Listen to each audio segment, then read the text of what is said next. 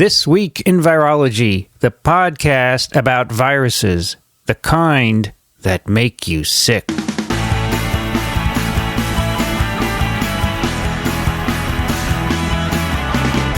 This Week in Virology, episode number 331, recorded on April 3rd, 2015. Hey, everybody.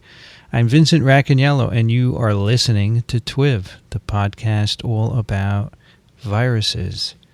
Joining me today here in the TWiV studio, Dickson, Despommier. Hello, Vincent. I can hear your heavy breathing. Well, if you didn't, you'd be worried, I hope. Apparently. How are you? I'm very well, thanks. Yeah, everything chipper? I wouldn't go that far. You want to be chippered? No, not in the Fargo sense of the word. But yeah, I do feel chipper. My brother lives in Fargo. Is that right? Yes. That's not good. Also joining us today from Western Massachusetts, Alan Dove. Good to be here. How are you doing out there in Western MA? Doing okay. The bulk of the snow is almost gone. Right. There's still a few patches on my lawn, and they. Oh, really? Yeah. And any of the snowplow mountain ranges that ended up on the north sides of buildings, those are still there. Jeez. We have some big store parking lots with huge black mounds in them. Yeah, they're as they compress down, they're turning completely black now. So ugly. Here it's 16 Celsius, cloudy and rainy. Yeah. Same here. But the crocuses have almost croaked. Oh. No, they're just poking up, Dickson. Tomorrow I'm going to see flowers. I haven't seen any yet. I'm going to see flowers tomorrow. I have not seen any, just stems. And the daffodil stems are up. Also joining us today from southeastern Michigan, Kathy Spindler. Hi, everybody. Are your crocuses flowering? I saw some at a place down the street from me, but mine are not yet. Well, I just have stems also. Those are the microclimates, you know. I think so, yeah. What do you have out there, snow? No, we don't have any snow. 56F, 13C, cloudy sky. Yeah, it's chillier than here. Yeah, the other day I flew over your house, Kathy. And did you? I said hello. Oh, good. Yeah, I got a great view of O'Hare Airport and Chicago, and then all of southern Michigan all the way across. You went over Michigan to go to Las Vegas? No, it was the way home, coming home. They had to divert north because of some severe weather to the south. So it spared us all the lumpies and the bumpies. Did you freak out when they started diverting? No, I got a great view of the Grand Canyon. Also joining us today from north central Florida, Rich Condit. Hi, everybody. 80, hey, Rich. Is it 80 degrees Rich. There? No, it's 85. Right, of course it is. It's all right. Is it 85 and snowing? 85 no, it's not snowing. It's like puffy clouds, blue sky. 85 is good. That's... for those Celsius dudes out there, it's 29.4. Interesting. What's wrong with Celsius? We've had this discussion before. Hey, Rich, in the lab, I can think Celsius, no problem. Outdoors. But otherwise... Your incubators are all Celsius, right? Yeah. Yeah, sure. 37 degree the lab incubator, is like, I just somehow I've segregated lab and other. I have trouble thinking about temperatures outdoors and in my house in Celsius. I haven't made that conversion. Yeah, I don't have enough mileposts on the scale. I 37C, I get that. 25C, I get that. 0. 4C, 0. I'm okay. Boiling is okay. And you remember the mnemonic that 28 is 82 and 16 is 61. Actually, I don't remember that. Don't do that. You don't as good as that is, I'm not going to remember it. You just have it helps you interpolate. I know, but it's better to feel the temp and then associate it exactly. with it. But it's better to feel it in Fahrenheit because there are more gradations. That's true. Well, I don't know if it's better. And even a friend of mine who lived in Canada and has now lived with both systems agrees that Fahrenheit suits outdoor temperatures better. Well, that sells better. it then. I don't know if it's better. I don't know if it's better, but it's easier. Yeah. But I enjoy the challenge of learning a new comfort number late in my life, and I'm working on it. 21C. And I got you guys telling me F all the time. Oh, really? Thank you. No, it's Fahrenheit. That F stood for Fahrenheit. Let's be clear about this, please. Caleb is definitely listening. So as I was in Las Vegas last week, just for a day, I turned on the news, of course, when the meeting was finished, and learned, to my chagrin, that the Death Valley area of California has set a new world's record for high temperatures on that day. Oh. It's the highest they'd ever recorded up to that point was 90 degrees. It exceeded 102 degrees that day. That's incredible. I mean, that's a milepost of a different kind, they have right? They have an official drought there now, Not right? Celsius. This First time ever in California? Fahrenheit, yeah. They're into their 4th year now. Yeah, it's tough. Wait. So that was a world record for that day. Yeah, on the day of, and then you name that day. I think it was February, or rather March 20. For Northern Hemisphere. Right. No, for Death Valley, for recording the temperature in Death Valley. Okay. But it still says, I mean, you'd always think of that place as the hottest place on the planet anyway, or one of them. Right. And here's a hotter than usual day on the hottest place. It's not usually 102 at the beginning of April. No, it's not. And it was only a fair 90 degrees in downtown Las Vegas. So. Well, at least they have plenty of water to... Oh. Yeah, exactly. Exactly. Never mind. Just go take a shower. Go take a cold shower. This episode of TWiV is sponsored by SciMed Solutions, a leader in cutting-edge software products in science and medicine. From EKG management to sequence analysis, the software built by SciMed helps researchers and organizations increase their throughput by orders of magnitude. That's tenfold at a time, Dickson. Yes. Allowing them to get results published more accurately and efficiently. SciMed has years of experience working with scientists in areas like immunology, virology, the topic of this podcast, and genetics. If you are attending this year's conference for the American Association of Immunologists, which is in New Orleans, well said. Stop by and say hello in the exhibition hall. Learn about what SciMed can do for you and see their new product designed for life sciences, life scientists. SciMed's software and consulting will allow you to automate repetitive analysis and reporting of large data sets, streamline experiments, and maintain data integrity. Contact SciMed about research partnerships, database setup, mobile apps, and web applications. You can find out more at SciMedSolutions.com. SciMed Solutions, innovative software empowering the world's leading minds. Not ours. So their software will run on the world's leading mines. Right. I definitely can't install this. No, gold mines. I can't. Uranium mines, all those mines. But if you can, you should go check it out. This sounds like a potentially productive niche. Oh, yeah. Yes. For sure. Absolutely. Absolutely. Especially if they have people who both can code and understand the field, right? Yeah. That's important. Yeah. So another job opportunity out there. Yeah. Here. We have a few follows up. Actually, we have a lot, but I put a bunch of them in the regular email. Otherwise, they would... Otherwise, that would be the whole show. Robin writes, the date of Easter. Right. Easter is the first Sunday after the first full moon after the vernal equinox. Isn't that precisely what I said? I don't know. Don't remember. Sounds vaguely familiar. Pretty sure. If the vernal equinox, March 21st, is on a Friday, then there is a full moon on the next day, Saturday 22. Then the next day is Easter. If the vernal is on a full moon, like March 21, the first full moon after the vernal equinox will be 28 days later, April 26. If that day happens to be a Sunday, the next Sunday, Easter, will be May 3rd. And finally, if raised Catholic and if not formally de-affiliated, one will be lowered a Catholic. So to speak. There you go, Vincent. I don't know. I'm not going to have a religious funeral. That's for sure. Well, who knows? I have no control over lowering it. ceremony. So my kids know well my preferences, so I don't think we're going to do anything in a church. But we'll see. The next one is from Paul.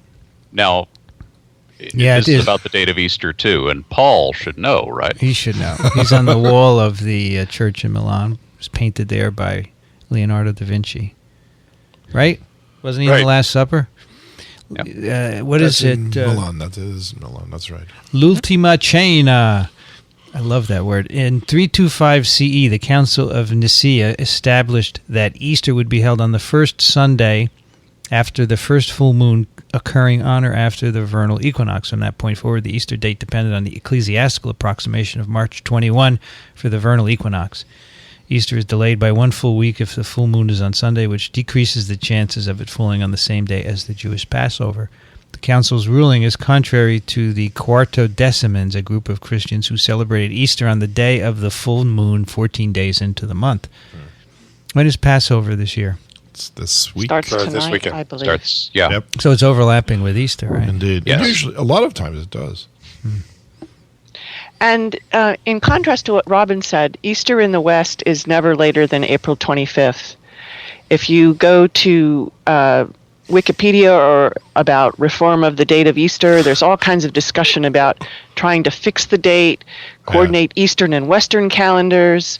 The reason people kind of want to fix the date is because it has to do with a lot of school holidays and so forth in the spring, and if it moves around, then that's hard to deal with. But Right.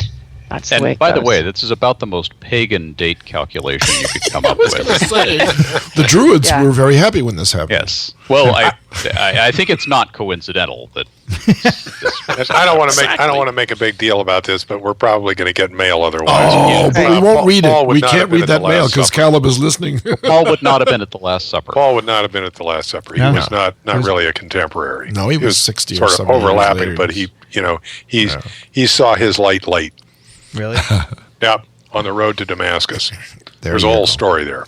See, I've obviously abandoned my Catholic. You can tell who paid attention in Sunday school and who didn't here. That's right. The present at the Last Supper were Peter, John, James, Andrew, Philip, Thomas, Bartholomew, Matthew, James, another James, Simon, Judas, of course. So the names of all right, I just said that, right? Yeah. Did I get it right? You read off a list. Sounds good to me. That's the 12 apostles. I'm sorry, Paul. I'm really sorry. I figured you'd be I there. don't say Paul won't take any offense. It'll be fine. Anyway, this is not, of course, that Paul. This is a different one. We don't mean to make fun. We're just having fun. Well, Indeed. and since the Last Supper was a Seder, it would follow that Easter would always be pretty close to Passover in any case. That's what I always thought was the connection, and not so much the absolutely. full moon, vernal equinox, blah, blah, blah. Well, but they're with when Passover calculated was. on a similar basis, I think. Right. Kathy, can you read Jenny's letter, please? Sure. Jenny writes, don't feel obligated to read this email on air because I'm not trying to monopolize discussion, but I want to answer a couple of questions raised during the episode 330 discussion of my letter regarding ME-CFS. Rich asked if I had a role in a CFS organization. When Vincent and I met, I was finishing my term as a member of the board of directors of the CFIDS Association, now called the Solve ME-CFS Initiative. Since the end of my term in 2011, I've not had a role in that or any other ME-CFS organization. Instead, I've focused my efforts on my blog, Occupy CFS, and on individual advocacy efforts. Alan commented that giving more money to ME-CFS research means taking money away from another disease. It's not that straightforward. I have documented, and she gives a link, that in fiscal year 2014, 62% of disease categories listed by the NIH received an increase in funding over fiscal year 2013. ME-CFS was one of only 17 disease categories out of 244 that received funding essentially flat with 2013. The remaining 31% of categories saw funding decrease. HHS employees frequently tell us that there is no money, but that can't be true if the majority of disease categories are seeing an increase in their funding. Since Alan mentioned HIV/AIDS, I checked their funding and found that HIV/AIDS research increased by $80 million from 2013 to 2014, and is projected to receive $22 million increase in 2015. Couldn't NIH reduce that to an increase of $15 million and spend the other $7 million on ME-CFS? Both categories would still go up, and ME-CFS's budget would more than double. Obviously, there is money. It's just not coming ME-CFS's way. Quick interjection, since I've been immersed in exactly this subject very recently.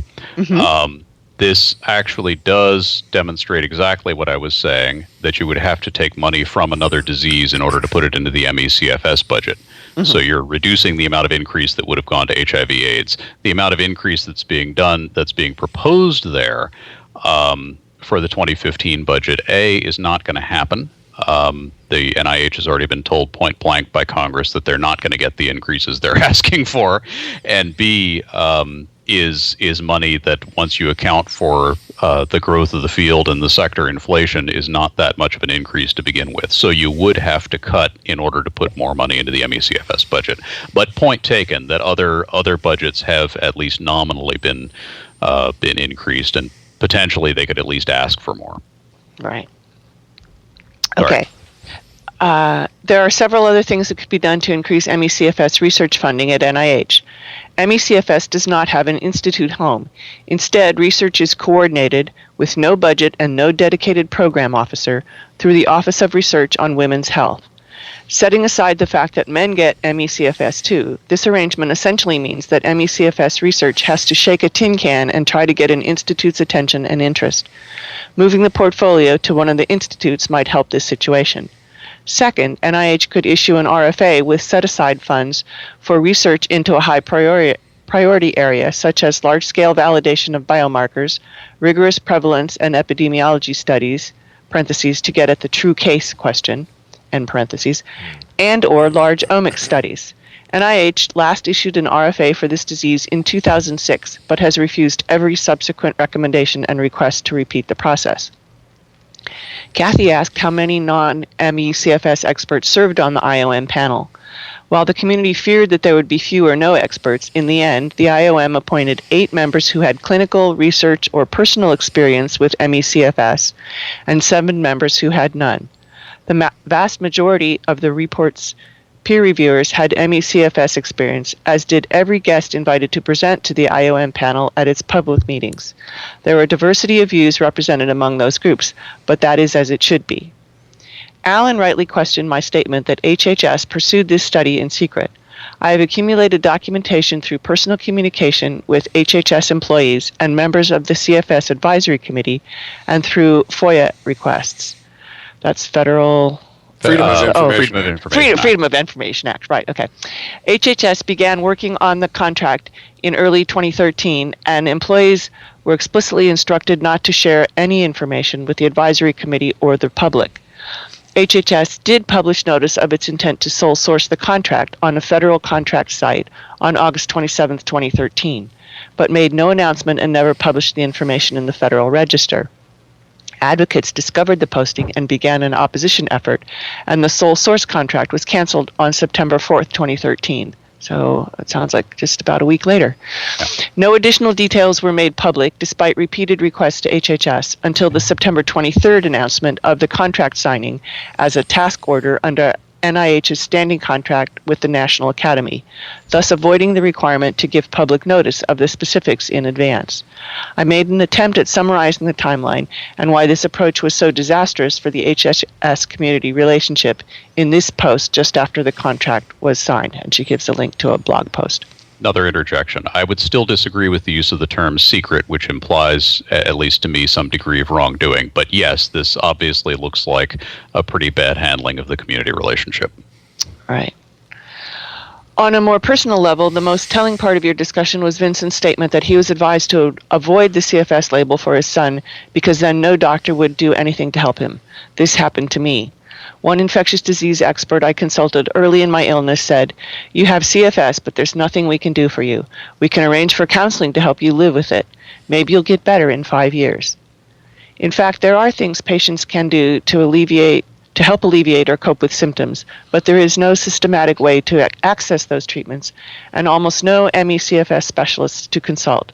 The conservative estimate is 800,000 people have MECFS using the 1994 Fukuda case definition, and 80% have not been diagnosed. That means 640,000 have absolutely no help and nowhere to go because they don't even know what they have.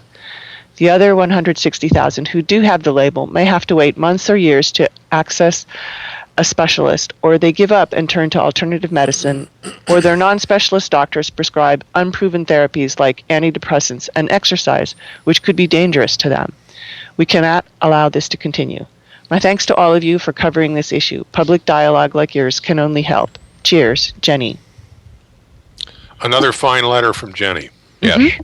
Indeed. So we are obviously not experts in MECFS, but I do want to cover papers as they arise because it's been something we talked about on this show, and I think that we have a a broad audience that really no other source of information might have. So, we can engage a lot of people, and we'll make mistakes. And, of course, with Dickson here, we'll make lots of mistakes. You betcha. I'll see to it. Well, it's almost good when we make mistakes because it stirs up people to write in and give us the straight story. That's good. Yes. Right. Yeah, and our interest is in the virological angle, which may turn out to be not to work out at all, but that's where we're coming from. I'm reminded a little bit of the fact that the virologists have been accepting or had been accepting of the prion or prion, however you want to say it, hypothesis and data from an early stage, and it doesn't turn out to be a virus, but I like to think of virologists as being open-minded in things like this. Yeah. Yes, they were the only ones who would listen to the prionologists. You're right.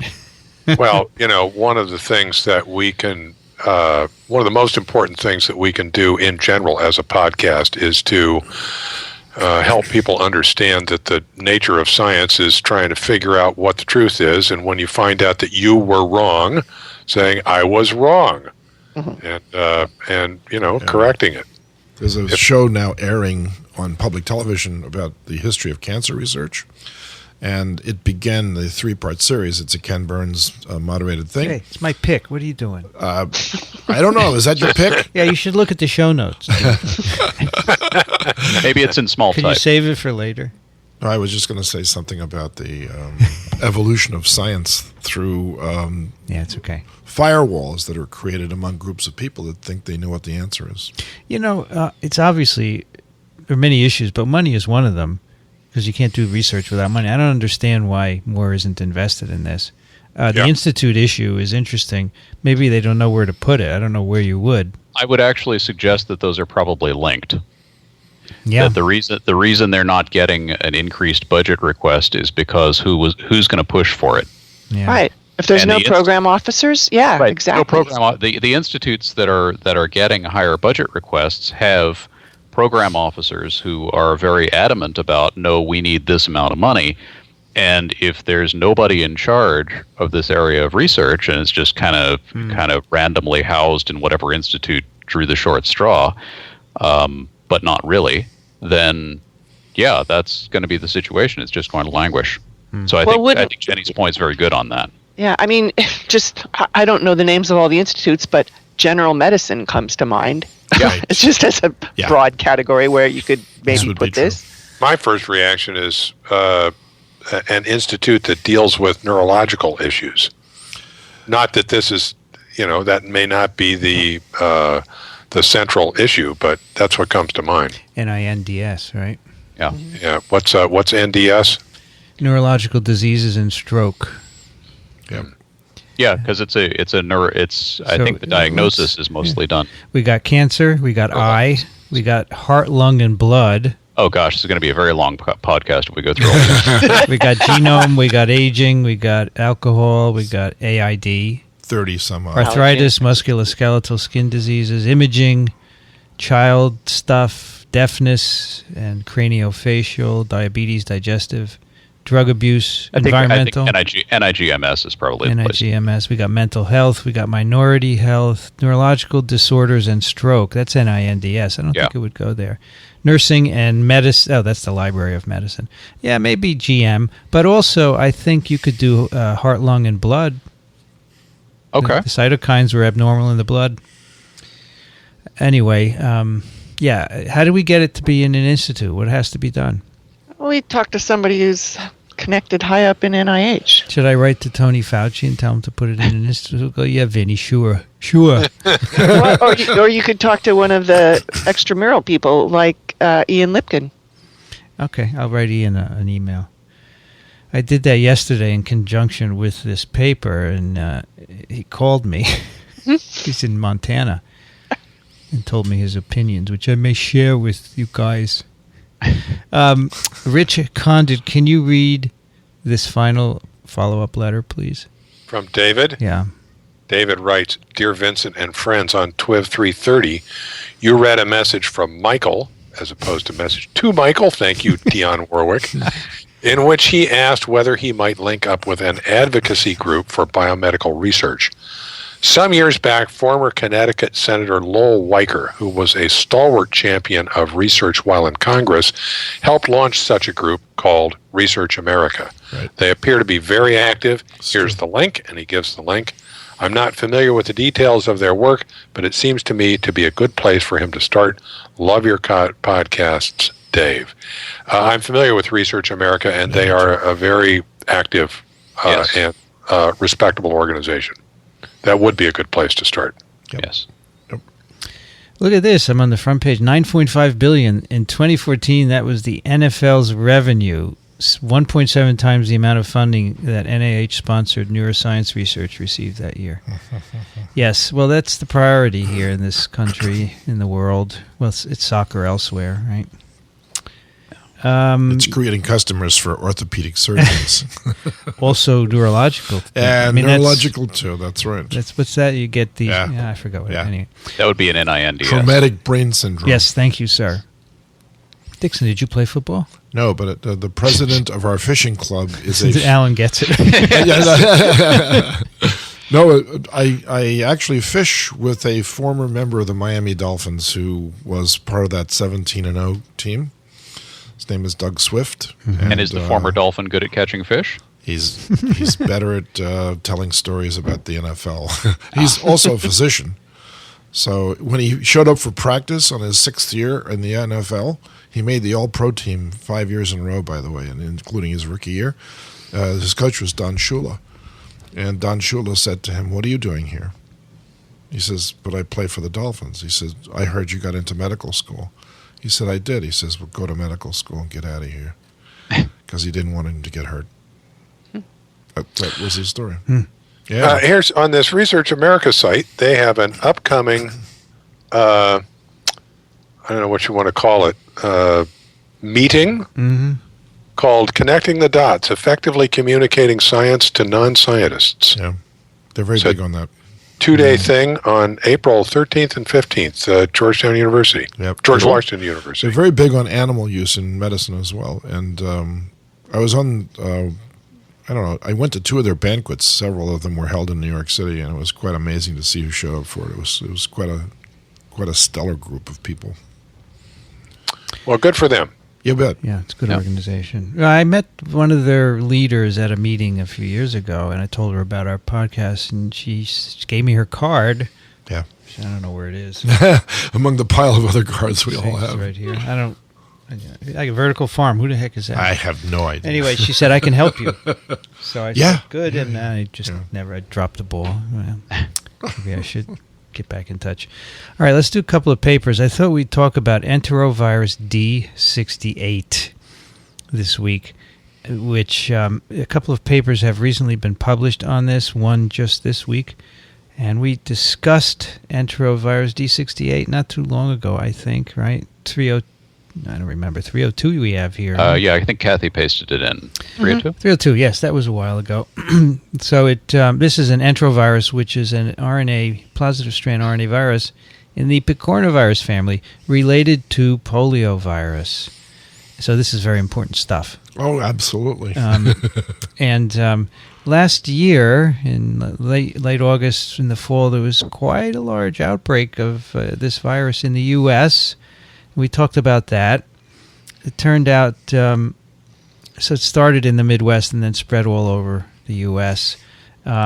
It was a cluster of cases in Kansas, I believe, and they couldn't identify respiratory disease, serious respiratory disease requiring some hospitalization of kids, typically, and they couldn't identify the virus, so they sent samples to CDC, and it turned out to be this virus, D68, and then they added that to their diagnostic kit, and then they began finding it all over the U.S.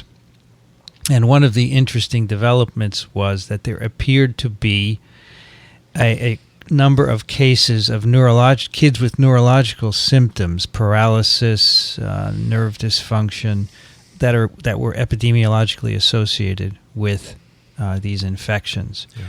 And so these 2 papers are trying to address whether, in fact, there is a strong association between this virus and neurological disease in kids. So again, most of the symptoms the majority are either asymptomatic or respiratory symptoms, but a small fraction have these neurological illnesses. Which is the case with polio, right? Yes. Yeah, so polio really only paralyzes 1 in 100 or 200 infected individuals. That's correct. The rest of the time, polio, of course, is an intestinal infection that causes no symptoms in the gut.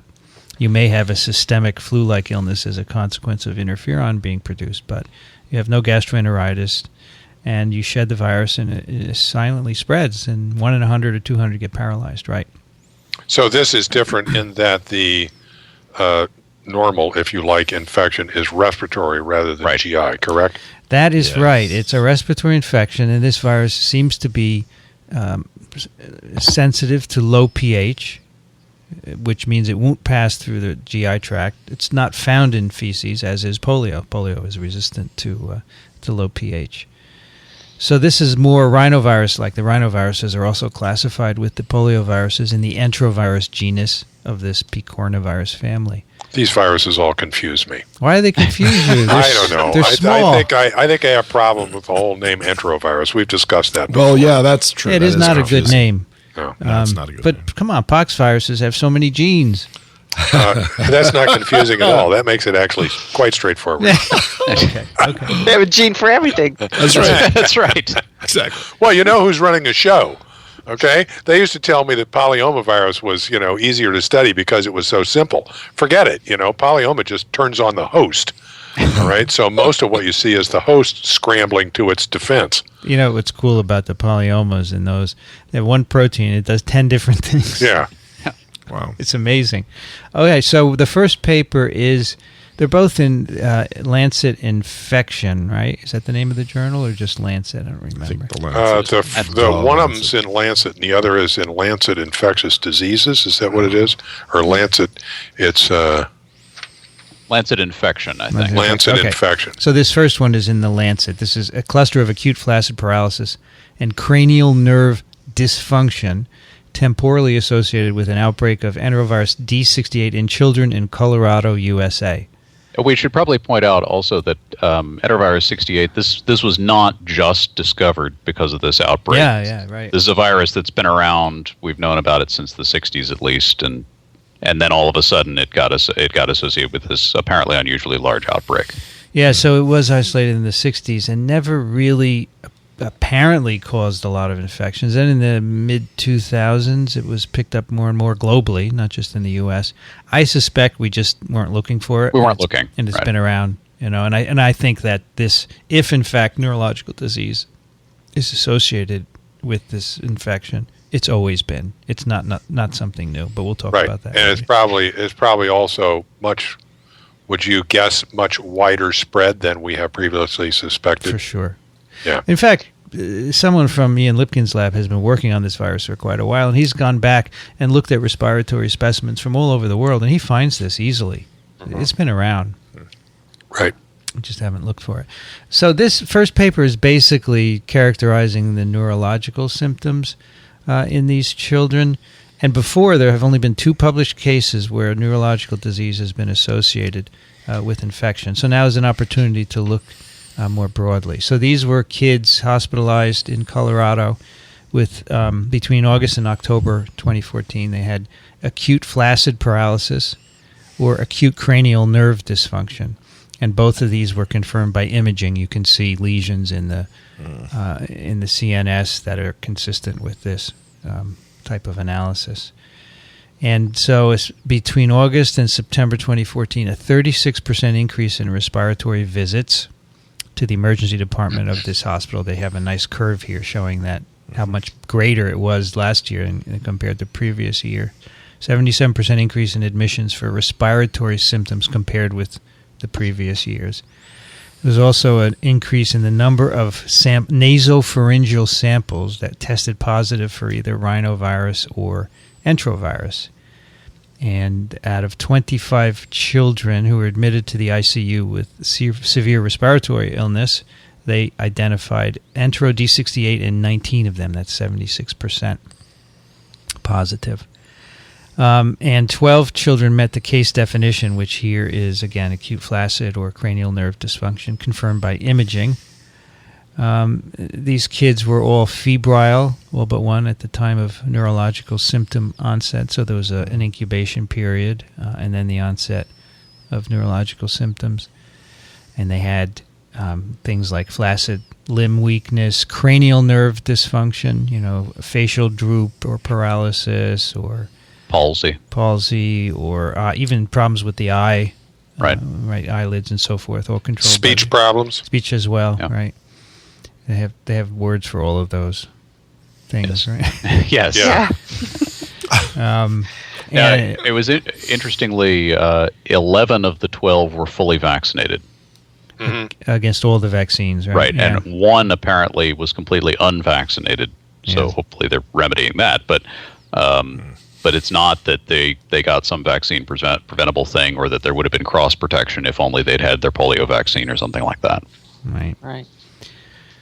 So they characterized the symptoms and also the MRI results. Basically, 92% of them had spinal cord lesions and a variety of other imaging results. Clearly, they have neurological issues. There's no doubt about that. They also did nerve conduction and velocity in a number of them and found differences there. They took cerebrospinal fluid from these kids, and all 10 children who had their spinal fluid taken within 7 days of the onset had increased numbers of cells, white blood cells, which would be, I guess, consistent with an infection of some sort. Or inflammation in any case, probably, yeah. Because non-infectious causes could do that as well. Normal glucose, that's interesting. I was wondering why that would be important. It turns out that some viruses actually increase, they need to use glucose for a variety of things, and that would, if it were increased, that would be obvious in the CSF. I just learned that this week. Nasopharyngeal specimens, 5 were positive for NROD68. So remember, these are kids who come in after they have symptoms. So if there's an infection, it's been incubating for a while. So from 11 kids, they got nasopharyngeal specimens on the average 10 days after their incubation period illness, their fever and so forth. 5 were positive for NROD68. 1 had a rhinovirus, another had an enterovirus, another had another rhinovirus, and another had another rhinovirus, and 1 had an adenovirus. So, half have D68 and half have other viruses. But that doesn't mean that the half that have other viruses didn't have D68. Didn't also have D68. At some point that cleared. Could be. Correct? Could be, yeah. I mean, possibly. RT-PCR negative for all CSF specimens and all 7 blood specimens.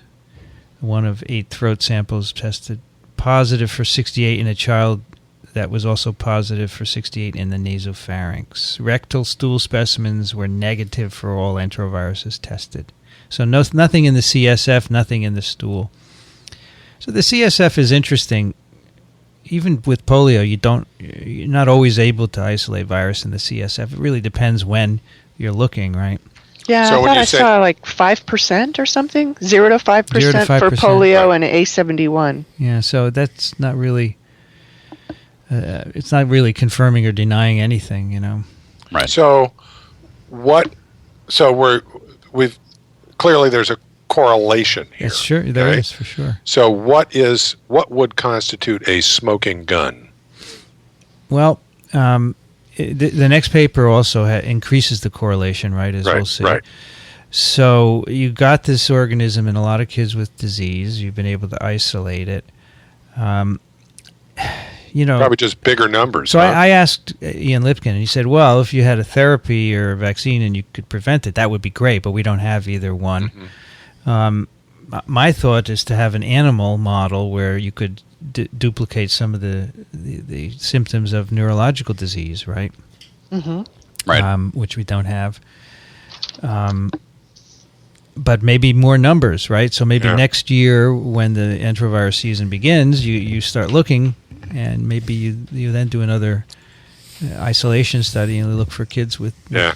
So I don't think there's a smoking gun, right? It's going to be bigger really numbers. Hard. Bigger numbers. I would add to that conversation the fact that I would want to know more about the background of each of these kids as to whether they come from a family that only has one child and they're it. Well, the next paper actually addresses that. Okay. So we're going to do that, Dickson. Here we go. And they did do a fair amount of demographic information. Table, what is this? Table 2 or Table 1? Just table. They've got this whole big table, whether they had pre-existing conditions, and most of them did not. Median age was 11 and a half. Youngest was 1. The oldest, I think, is 18. Mm-hmm. So pretty broad age range. 9 male, 3 female, and the ethnic makeup looks like more or less a random sampling of people from Colorado. Yeah. So do you think it's seasonal? I'm looking back at this figure too. I mean, it looks a little bit lower in weeks 22 to 34.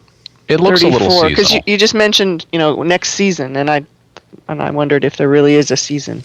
Yeah, I think these enteros are typically summer, fall, early fall. And I think this, if you look at the weeks, they're peaking in 33, 34, 35. So forth. So I think there's some seasonality here. Okay. But not a coincident with school. Summer. Right. Exactly. Well, it's end of summer, really. So you wonder how these people caught their infections.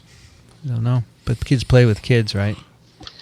And there are lots of ways for kids to get together in large numbers, so I'm not surprised at that. Right. And the number of cases has, not just in this study, but in the other analyses, it does seem to have tapered off. Yes, for sure. So there seems to be, at least for this particular outbreak, there seems to have been a peak and then. Yeah, I mean, I don't read any more reports of large outbreaks of severe respiratory disease. There may be, the virus is probably still around, but it doesn't. The numbers have gone down so much that you don't see any more serious disease. And geographically speaking, these kids are from a wide.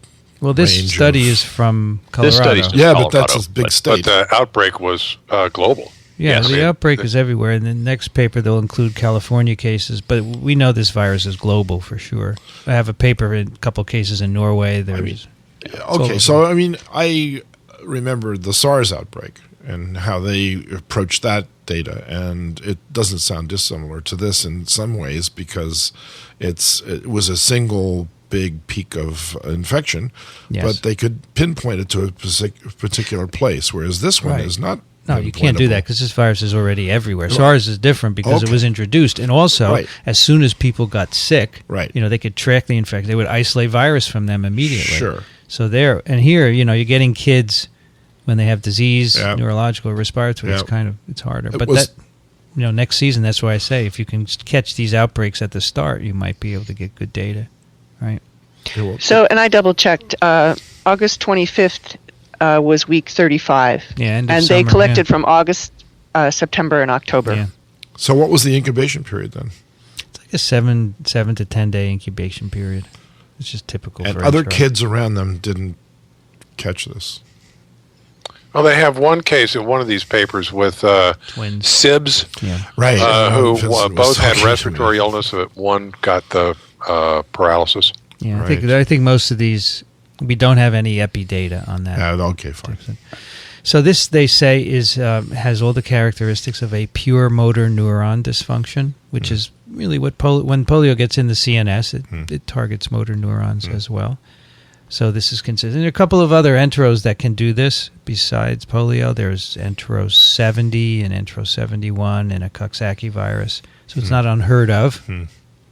They're very cautious in their discussion. We can't prove that Entero causes it. It's a good correlation, but we can't prove it from these data. And there is one interesting difference they point out. The involvement of the cranial nerves is unique. This you don't see in poliovirus infections. It's typically just the motor nerves that are involved. Another interesting difference, I thought, was most of these kids seemed to have, there were the palsies and the eye problems, but then the ones who had limb paralysis, it was generally arms. Yeah. Right. Whereas polio is more of a hind limb It is, thing. And the age distribution here is rather restricted. I used to think it's broad, but I would say that this is not as broad as I would Wait till the expect. next study. And also, these kids at the time of the writing, at least, virtually all of them had residual issues with this. Yes. It They did not. wasn't clearing up. Right. They didn't just go away. They did. One more thing I want to point out. They say here, if Entero 68 is the cause of these, then why haven't we seen it before? It could be that we just never looked at enough cases before. It's pretty rare in terms of all the numbers. There are over 1,500 total confirmed cases, and I think 94 associated with paralysis. And then the second thing they say, the paralysis might truly be a new occurrence indicating a newly emerged strain, viral mutation, or viral recombination. Yes. And they also say this in the second paper, and I just want to, for the record, state how strongly I disagree with that. Just think, now, whenever mutation appears in a virus infecting people, there has to be a selection for it, okay? For this to be in all these kids, there has to be a selection. And what is the selection for a virus going into the central nervous system where it can't get out again? There is none. This is a dead end. For polio, it's an accident. I see no reason why a virus would evolve to go in the CNS. There's no selection for it. This thing is spreading respiratory route. This is perfect. The virus is going to go from person to person, and it's very happy. So I don't think mutation is going to explain this in the virus at all. Couldn't it just be a side effect? Well, I mean, why would it be random select- mutation happens, and now we can detect it. Why? I mean, why would offer why would that persist in kids one after another? I just don't. The mutation arises and it's neutral with respect to respiratory transmission, but in some small fraction of cases or some unknown fraction of cases at this point, it can develop into this additional myelitis. No, it's possible, but it's not a why question, Vincent. So what's the why question? It's not a why. You can't ask why questions. No, I'm just saying so how there has to be a selection for this, and I don't think randomness would explain it because it would go away. If it's, I don't think that's true. If it's a tell me an example. Tell me an example of a mutation that has added a new aspect of pathogenesis to a human virus that is neutral for its other means of spread. I don't know of any. Well, you're putting me on the spot, but maybe our listeners will help out. I do want to point out that they raise another possibility. So one is that it's a rare complication of a previously uncommon infection, and so we're seeing more. The second possibility they mention is that detection of them in the respiratory specimens is better now with more PCR assays and with more clinically consistent cases. Maybe we're just seeing more of it or detecting more of it. And then they offer this third possibility that there might be something different about the virus. And I'm actually going to side with Kathy a bit here, because looking at the second paper, I actually came away with a slightly different conclusion from what you did, Vincent. We can talk about that when we get to the sequence information there. I just think people want to blame the virus mutating all the time, and there's zero evidence. I mean, and I'm with you on the underlying issue with the data here, which is we've never really seriously looked for this thing in the past, and now it happens that there was there were enough cases in a particular location that people paid attention and it led to paralysis, and so now we're paying close attention. I think if this virus can paralyze, it's always been able to do that. It's an accident of the infection. It didn't acquire this recently. That doesn't make any sense at all. Polio, as long as we've known, has been able to paralyze. Right. You know? So there is a possible mechanism. I'm not saying this is what happened, but if there is a set of mutations that confers better respiratory spread, that coincidentally increases the risk of neuroinflammation. Right, but that's kind of and remember, stretch. These are tiny. Well, these are tiny viruses. I think that's a stretch. I don't believe because I've been thinking about this for weeks, and I don't know any example where this happens, where there's a neutral mutation that makes it go into the CNS. Then why do the Sabin strains always end up in such a rush to back mutate all of their attenuating mutations? Well, that's a mutant that in the gut has a lot of selection pressure against it. Right. So why isn't the mutant? I mean, all we've done is change the residues that we think are mainly involved in neuroinvasion, and now this mutant is less fit. All right. So then why, if this is so much better for respiratory replication, why isn't it in the CNS of every kid? This is exactly the pattern of poliovirus. Okay? No, I'm not saying that. Right. But if you have a set of mutations that increase the probability of neural invasion, they don't guarantee it. I know this is possible, but I have not. I've worked on neurotropic viruses my whole career. I have never seen this happen. No. We haven't been looking closely. And I agree that it could happen. Okay, I just think it's unlikely, and people reach for things, and they don't think about the idea that you need to select for a mutation that gets fixed in the population. So and this happened with Ebola, okay? As soon as this thing spread, people said, oh, it's mutating for higher transmission. And the paper just came out last week saying it hasn't mutated at all. You know, and there are dozens of examples of this. So why don't you want to blame the host rather than the I would love to parasite? blame the host. I think with polio, this is a host issue for sure, and I'll bet it's the same thing here. Yeah, only on a minor scale, not on a major scale. And maybe they have, polymorphisms in their innate immune genes or whatever that predispose them. But I think that's what we have to look. But it's easy to blame the virus because, you can sequence a 7 kb and you find a change and say, aha, this is what's doing it. And you can also test it. You can test that hypothesis. Exact. Which one? If you can put this, for instance, into an animal model, right, then you could test that hypothesis. So I have to tell you, one of the reasons I'm very passionate about this is we've got these viruses now. We got them 6 months ago in my lab because I work on picornas, and we're making an animal model to test this. And we're going to test all of these mutations that are supposedly new to this strain, and I just think they're not going to have anything to do with.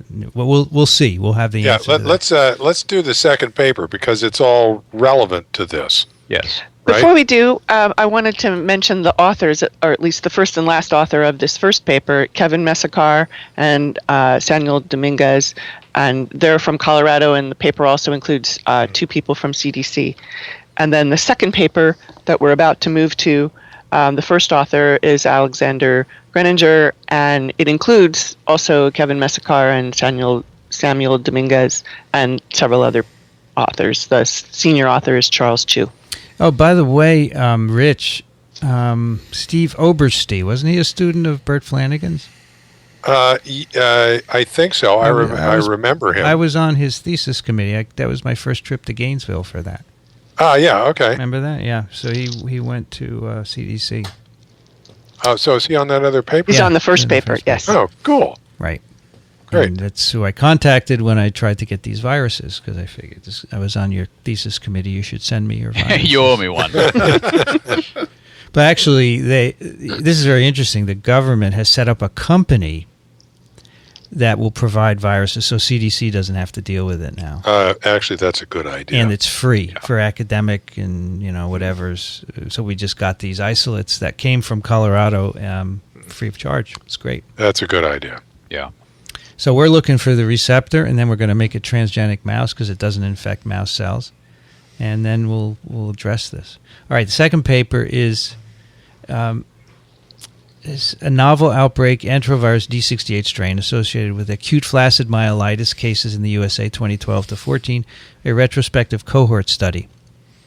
And the last author on this paper is Charles Y. Chu from University of California, San Francisco, and that name should ring a bell because he did the very nice piece of work on showing that XMRV it doesn't have anything to do with prostate cancer, but it was a contaminant, and he traced the cells through mitochondrial DNA typing and so forth. You remember that, guys? Mm-hmm. Yeah. It's a really nice paper. So he actually sent this paper to me because I couldn't get it yet out of the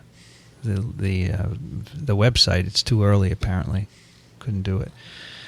So what they do here is look at some of the same... The outbreak in Colorado, in addition, they add cases from California as well. And the name for this disease now is proposed disease for the condition that we're seeing here, Entero68-associated respiratory disease, acute flaccid myelitis. Okay, and primarily involving the gray matter. And the question here, of course, whether Entero D68 is involved. So they have patients from Colorado Children's Hospital, which I think is the same hospital as in the last paper. Mm-hmm. That's why there are authors in common. And then yeah, so I assume that the cases are some of the same cases. Yeah. Yes. So Children's Hospital Los Angeles from November 2013 to October 2014.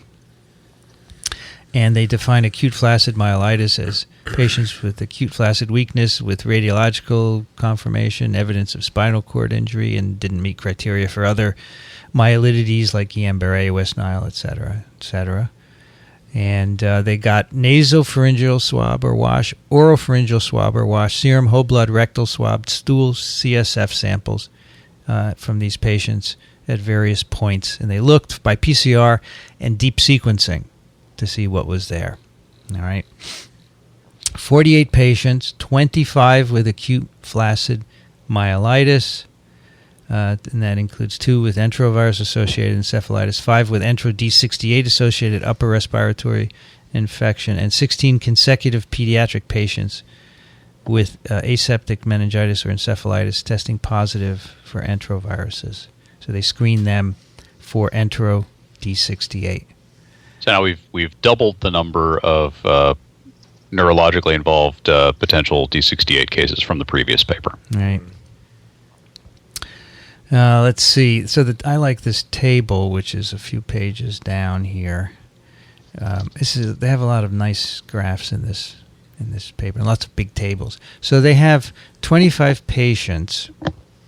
And of the patients with acute flaccid myelitis, that's 25 of them, 12 were enterovirus D68 positive, and 13 were enterovirus D16 negative.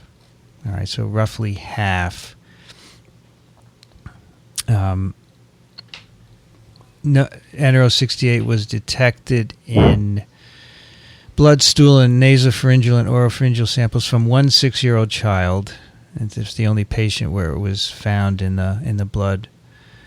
But that could be because they're looking late. Right, and the median age here is 7. Right. The range is 0.3 to 73. Right. So there's a wider age range there. There's a wider age range here, but the median comes out to 7. Among 11 patients comprising 2 clusters in California and Colorado, 7 tested positive for D68 by the nasopharyngeal or oropharyngeal swabs. None of the 25 had virus in the CSF by PCR. Okay, again, same thing as in the previous study. No virus in the CSF. So then they decided to look more broadly to see what else was in these samples. They did some other PCR and didn't find anything else. Then they started to do some sequencing of these strains. They recovered 17 full-length D68 sequences and 8 full-length genomes. And they do a phylogenetic tree with the sequences, and you can see that these are all in a separate clade called bead 1. So remember, the original virus was 1962. It's called the Furman strain, and that has since diverged. And this is one of those diverged clades, and these are all related to that. And it looks like the ancestor emerged about 4.5 years ago, the ancestor to all of these viruses. So it makes sense. It's an outbreak last year, and all these viruses are related to each other. So let me be clear on this. That we're talking about clade B1 showing up 4.5 years ago. That's Is that right. correct? That's right. As opposed to the other. We got clade A, B, and C, and those could have been around for a long time. Yeah. But the phylogenetics suggests that this clade B1 and all of these viruses, is it correct that all of them are in clade B1, or is this one down here in clade B? No, well, let's put it this way: the majority of them are in clade B1. Okay, I think you're right. There's one there, but that's from 2011. That's right. April 2011 is in clade B, so that's not part of this outbreak study. Right. Okay. These all seem to be in B1. Yes. So they compare the sequences of these viruses. with other picornaviruses. And, we know that the 5' non-coding region is an important regulator of neurovirulence for poliovirus. There are a few changes there, but, we don't really know what they mean. There are 5 coding single nucleotide changes specific to this clade. And 5 of the 6 coding changes, they say match with polio or entero D70. In other words, the same amino acid as either polio or entero D70. And that's relevant because both of those viruses are known to cause paralytic disease, correct? Right. Well, I don't know because the rest of the genome is different, right? So we don't know if you put a polio amino acid in the background of D68 whether that's going to have. Right. But no, my only point was that entero 70 and polio are both paralytic disease. So, and these are changes compared to the 1962 isolate. Right, that's correct. These are changes to test once we have an animal model, obviously. Yes. Right. Mm-hmm. They have a pair of viruses from siblings, right? One of whom. Excuse me, yes, Vincent. My understanding was that there was some evidence that these changes are associated with neurovirulence in those other viruses. Is that correct? No, that's not at all. It's just that they're polio or the entero D70. And so he's saying, they're going towards those viruses, but there's no evidence that they have anything to do with. Okay, so it's not like any of the these don't correlate with like attenuating mutations in those. No, okay, not at all. All right. A pair of viruses from siblings. They both had upper respiratory disease, and one had neurological symptoms. The other didn't, and the 2 genomes are exactly the same. So maybe Host Dickson, difference. maybe a host difference. Dickson. Yeah. Maybe I don't know any other conclusion you could draw from that one. Could be stochastic, I suppose. But, maybe. Or it could be a host difference. They ought to sequence their innate immune genes. I think he's doing that probably. Could be a microbiome difference. Could be absolutely. You think of other confounding factors like, when you get a cold, your parent usually gives you some kind of medicine to take care of that, like it's a palliative thing, but who knows what that might do to a specific background in terms of something as rare as this. No, we know non-genetic influences. Yeah, how many other old people were involved? I'm sorry, I didn't look at the whole paper. Old people? Like 73 and up, down? I think that was a unique. Okay, the outlier. next oldest person in the group is? I don't see the I complete didn't think list they here. gave us the data like that. Okay. No. Maybe it's in the supplemental. Right. I would love to know appendix. if that was a grandparent of some kid that also got it. So all of these sequences came from kids who had acute flaccid paralysis. That's right. So we don't have any sequences from kids who just had entero D68. So what I'm saying is, it's not clear from this that there's necessarily an association between this particular clade and paralysis, or whether this is just the clade that was going around at the time. Well, that's right. Well, actually, they do. They're broken down in the figure, yeah. Yeah, so in the figure in panel C, where they've got the sequences lined up, you see the clade diagram to the left. Yeah, the ones with AFM are red. The ones that have AFM are red, and then the ones in blue had respiratory illness only. I mean, there's no change that looks like it's specific for neurological disease, right? They all pretty, right? Let's see. I mean, they can be one or the other depending on. They cross over. Yeah, there's nothing specific for neurological disease. Interesting. They look for other agents as well extensively by deep sequencing of CSF, right? And they didn't find any viruses, bacteria, fungi, or parasites from the CSF. This is sequencing. Right. That was a good experiment to do. Yes. So they deep sequenced that. So they didn't get the D68 from those either. No D68 for sure. And then they also deep sequenced some respiratory secretions. Yeah, they did, and they got they did it on 13 nasopharyngeal and oropharyngeal samples. 2 entero D68 positive acute flaccid myelitis, 9 acute negative myelitis, 1 positive non-acute myelitis, and 1 D68 upper respiratory tract. They got, they got D68, of course, and they got a virus other than D68 was identified in 4 of 9 patients. They got an adenovirus C, a human metapneumovirus, co-infection with the rhinovirus A24, a human bocavirus, another rhino. They got a smattering of other viruses. Yeah, that adenovirus is just one read. Yeah, that's probably... Where these others were at least in the, 500 for the metapneumo and then hundreds or thousands. Now remember, in none of this paper, do they ever isolate infectious virus. This is all sequencing, PCR and sequencing. Now, I'm sure the virus is there, but in a correspondence with Charles, he said he's trying to get virus from these samples and said he would send it to us, so it could be cool. So can I ask also whether these patients were kept in isolation during their treatment in the hospital? I don't recall seeing that. Yeah. So what would happen if a kid came into ER with severe upper respiratory tract disease? What would you do with him? And couldn't move his arms, or because they were, exhibiting flaccid paralysis. I mean, you probably what do you do first? You go to the infectious disease ward, right, and you get a certain amount of isolation, but you don't get the Ebola style. Yeah, right? Exactly. Because this is a virus that's circulating in the community, so quarantine would not really be of value, right, Dickson?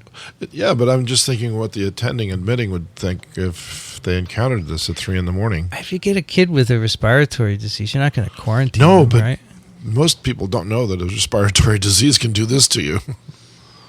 Well, that's an interesting point. Respiratory disease associated with paralysis. They don't know that. I don't know of any example of that. Exactly. Right? Certainly they were taught in medical school. Respiratory entry and then paralysis. It is certainly possible. Right. Pathogenesis is straightforward, but I don't know of any virus that does that. So then measles and mumps, they get in your CNS, but they don't paralyze you. But then what happens after that? So the patient gets sent to the ward for treatment because they can't move. And then what do? Then they keep getting worse or they get better? Well, they gave, actually in the previous paper, they mentioned a variety of treatments, which I think you would do when you have an inflammation-based paralysis, right? When there's not an infectious agent. You try to keep down the inflammation, Yeah, right? and they said they didn't respond to any of that. Mm-hmm. No. Yeah, I mean, one of the earliest admits up here in the outbreak of West Nile that first occurred in 1999, that has some similarities, a little bit at least, because you come in a state of confusion. It's definitely a brain infection. What do you do with them? And how do you prevent anybody else from becoming infected? You have to think as an epidemiologist at that point, right? And so, interestingly enough, this thing hasn't spread to other kids that were waiting to be seen by the doctor or to their parents or to those siblings. Well, how do you know? Maybe it didn't cause paralysis in them. Yeah, well, that's... this is pretty rare, right? I would like to know some more data about the family histories to see just how unusual the epi this is condition important. I agree. is. Right. So, over 1,150 confirmed respiratory infections, and I don't know how many, I think less than 100 paralysis. Right. So it's not... you wouldn't see it. But none for influenza, none for, rhinovirus, none for, you just put the word none in there, and here's one that's not like that at all. Given that the backgrounds of the people involved in doing these studies, I am going to presume that if there were significant findings in households and what have you, that would have been brought out. Well, then they should say that. Then I wish that would say that. Of health, and these folks they're thinking in these terms already. So I would hope that if this was clustering by household, we would have seen some discussion of that. Well, they should say that. Then there was no association with that. Then. Maybe, yeah. Right. So, I base all of my conjecture on watching episodes of House. Oh my God! Where the entire medical team goes out and looks at the guy's house. You can't do that. I'm just making a joke here. I wonder that was if a joke, there are, folks. That was a joke. I wonder if there are archived samples from patients with acute flaccid paralysis that was otherwise, not identified as the causative agent. Yeah, so you could go back, way back before this clade B1 was supposed to have arisen. Right. And see if there's D68 associated with any of those, and if so, what clade it is, blah, blah, blah. Maybe the outbreaks of polio that occurred in the 50s and 60s. We talked last year about, remember, an increase in AFP in California? Mm-hmm. Right? And no known infectious agent. Right. But maybe they did look for D68 in those. I don't recall. Right. We did it on TWiV, but they certainly have samples from these kids because there are lots in every state. There are cases of AFP that go unexplained. Sure. So it would be interesting to go and look at those for sure. I'm mostly curious as to whether there's some stronger association with clade B1 and the paralysis than the other clades. I don't know. It's a good question. I think this is what's circulating there, and that's it. But we'll see. And it's really too soon in this outbreak to know what the long-term effects are of these residual effects once they recover from their initial episodes. Right. If it turns out that this virus is doing this, right? Yeah. Then you probably should think about a vaccine. Yeah, I would think that's right. Because unless we don't have big outbreaks anymore, I don't know why. Maybe every year you have a few thousand cases in the U.S. and a fraction of AFP, and you never diagnose it, and now it's revealed. Is that worth vaccinating against? I don't know. Well, there's a big discussion of that. Was it in the commentary? I think so, yes. That's in the Nature article that the Cassandra Williams, very, very nice, long piece on this in Nature, goes into considerable depth in that issue. The economics and practicality of how you're going to deal with this. Does it make sense to develop therapies and vaccines, especially vaccines, which would probably be highly specific for something that is, for these kids, this could, if they, depending on how their progress goes from here on, this could be a huge, huge deal. But as a society, we have to make decisions based on the whole group, and even an antiviral wouldn't help because by the time these kids come in with paralysis, it's too late. Right. Well, if it turns out that an existing antiviral could do some good, and maybe be broad spectrum, and then you could raise awareness about this, then you might be able to get it early enough. I don't know. I mean, when these kids come in with the onset of paralysis, the question is whether giving an antiviral would I think once help. the paralysis has come in, then it's too late. Yeah, I think so before too. that, they just look like a respiratory. Yeah. Exactly. Yeah, you'd have to catch it at the stage of respiratory illness, which would be tricky. Yeah. So what do you think the global picture looks like? There have been some cases in other countries. I have a paper here, 2 cases of AFM in Norway associated with D68, very similar. I think there's one in France. One in France as well. No tropical outbreaks? Well, how closely are they looking in most tropical countries? That's another point that I was going to make then. Yeah. Maybe a vaccine is warranted in some places. And if there's a global, if it turns out that this is a significant cause of acute flaccid paralysis globally, then that might shift the equation. Right. That's what I was thinking. Now, 2 more things I want to address. One is the CSF. They're not finding this virus in the CSF. And I talked to someone at CDC yesterday, and he said this really bothers him. He says they're getting more and more cases of this virus in paralyzed kids, and there's nothing in the CSF. He said you should at least find it sometime. So that kind of... So I mentioned that to Ian Lipkin. He said, who knows? Could be different, which is probably the right approach. If you were dealing with rabies, you wouldn't find it in the CSF either, would you?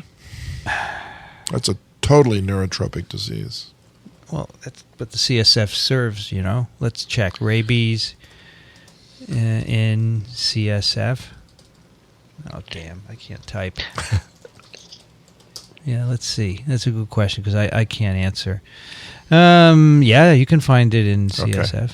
So in the case of polio, what is actually the mechanism of the paralysis? Paralysis. Is the virus killing neurons? We don't know. Nobody ever has done that experiment. We don't. It's always been assumed that it's the virus killing neurons, but if you look in sections of infected spinal cord, there's a lot of immune cells in there. Yep. And they could be contributing. And collateral damage. I always wanted to take a mouse lacking, T cells or B cells and do that, but we never did it. Could still so many it's regrets. not too late. So many regrets. I think if the immune system is not the primary perpetrator, it's probably a big part of the story. CSF, yes, rabies they do. And also, you know what? In all these Routinely cases, or rarely? you know what they didn't do in all of these? They don't have any antibodies, right? Did they ever look for Right. antibodies? No, I don't think so. Right. Huh. I wondered about that too. Yeah. Now, in this paper, they also say, this it could be that this virus has mutated to acquire this, and also in the Cassandra Williard article, they talk about that. And I just think it's always been able to do this. We'll have to see, right? We'll have to just do some experiments. I mean, Maybe it's able to do it in a higher proportion of cases now. Well, It comes above some threshold or something. I don't know. I mean, I think this apparently this particular clade showed up fairly recently, 4.5 years ago, Yeah. and has these particular mutations, okay, or these differences to the other viruses. The real question is whether the acute flaccid paralysis is specifically associated with this strain, or whether other strains do it to the same degree or not. Mm-hmm. And I guess you're going to find that out, right, Vincent? It'll be a while. Yeah, it's going to take a while to make a mouse. Yeah. Well, and there's there's kind of an implication that this is more pathogenic at the respiratory level, setting aside the whole neurological story, than previous EV68 that we've had. Those are the people that are going to the hospital, right? Well, of course they are. But but how many people are out there who don't have serious respiratory disease? But the hospital right? admissions for respiratory disease went up, which suggests that this virus is maybe causing a more severe respiratory illness than previous EV68s. And that maybe. may have been what got it to our attention to make this link, because previously it might have been kids showing up with acute flaccid paralysis, unknown cause, and maybe they didn't even remember having the virus. Well, the peak in the increase in admissions is because there are more infections, right? Yes. And that's the question is why? Why were there more infections last fall? It's not just that we started looking for it. There was clearly an increase because there of was the an increase in right? respiratory admissions, and yes, and this was a part of it, but could also have been due to something else as well, right? So only half of the patients had this. If you make a map of the, let's say, from a city where you had the majority of flaccid paralysis, what does that map look like? That's a good question. I don't think we have that kind of epi data at this point. Nope. Yeah, we have 25 widely scattered cases spread across the West. Right. A cluster in Colorado, and then places that we don't know where in. If it's even a cluster in Colorado. California. Well, they call them something else. Sporadic cases are the majority of the ones in California. So I get lots of maps when I do the search, but I don't know which one is reliable. Yeah. None of them are CDC maps. That's too bad. Or USGS? Does USGS have it? Sometimes they do by county. I mean, as far as you wanted to know about the paralytic cases, right? Yeah, of Dickson? course. Yeah, of course, know. absolutely. See, these that's a good question. And Ian mentioned yesterday that the epi is not great on this yet. Right. So that's reflected here. But they have the data, though. I mean, they could go back and plot all of I'm these. sure someone's working on it. Sure. But anyway, this is an emerging story. It's cool. Yeah. We'll see. Yeah. And Yes. I'm kind of interested because we're working on it. We got these viruses, as I said. We're looking Right. for the receptor. I hope we Right. get it. We can make a mouse. And then maybe that'll be the last thing I do with my career, right, Dickson? He says nothing. I said absolutely nothing at that point. Remember that. We don't want emails about this. I don't know. Something else may pop up, but this I You find don't know. interesting. Of This is the course first not. time I've jumped on a virus because Ah. it's been out there infecting people. Everything else has been Well, kind it's of, also got some similarities to your old work. has been a model system. Yeah. But I got to tell you that I thought this might be supportable. Right. Mm-hmm. So, because that's what really drives everything Sure. these days. Well, and if this does turn out to be significant for a vaccine development effort, we've got a huge historical head start in some directions to take that, right? So this would be a very good place to put money. That there's a pretty good opportunity. I just feel we have all the technology to do this. We can make infectious clones. We can get receptors. We can make mouse models. So what the hell? Are there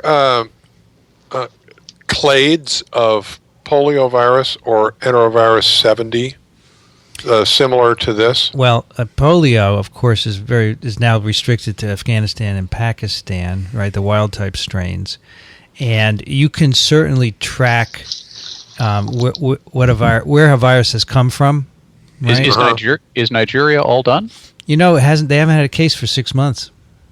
Wow, which is remarkable.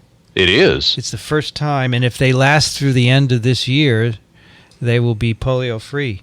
Wow. There are vast regions of Nigeria that people do not go into to survey. Yeah.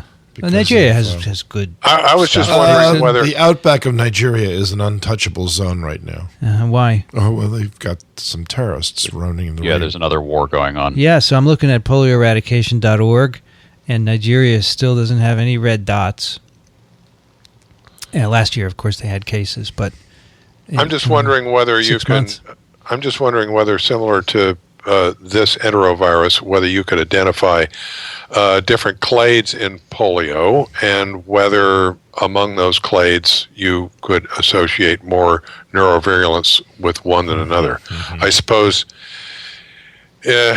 all of the data on polio is kind of too old for that kind of analysis.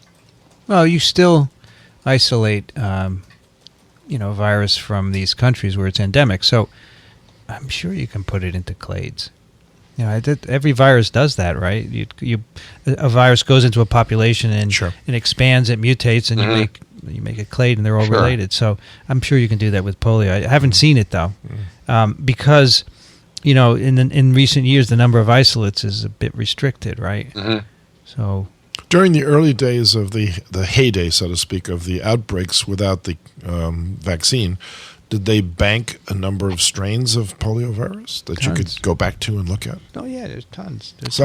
I'm sure that you could get the data. I haven't looked for it. All right. Between now and next time, I'll look to see if there's anything to satisfy. From what I know, the influenza virus has a richer history of that sort of thing, yes? Because there's a network that's out there. HIV, influenza virus, because we have lots of isolates for sure. Sure.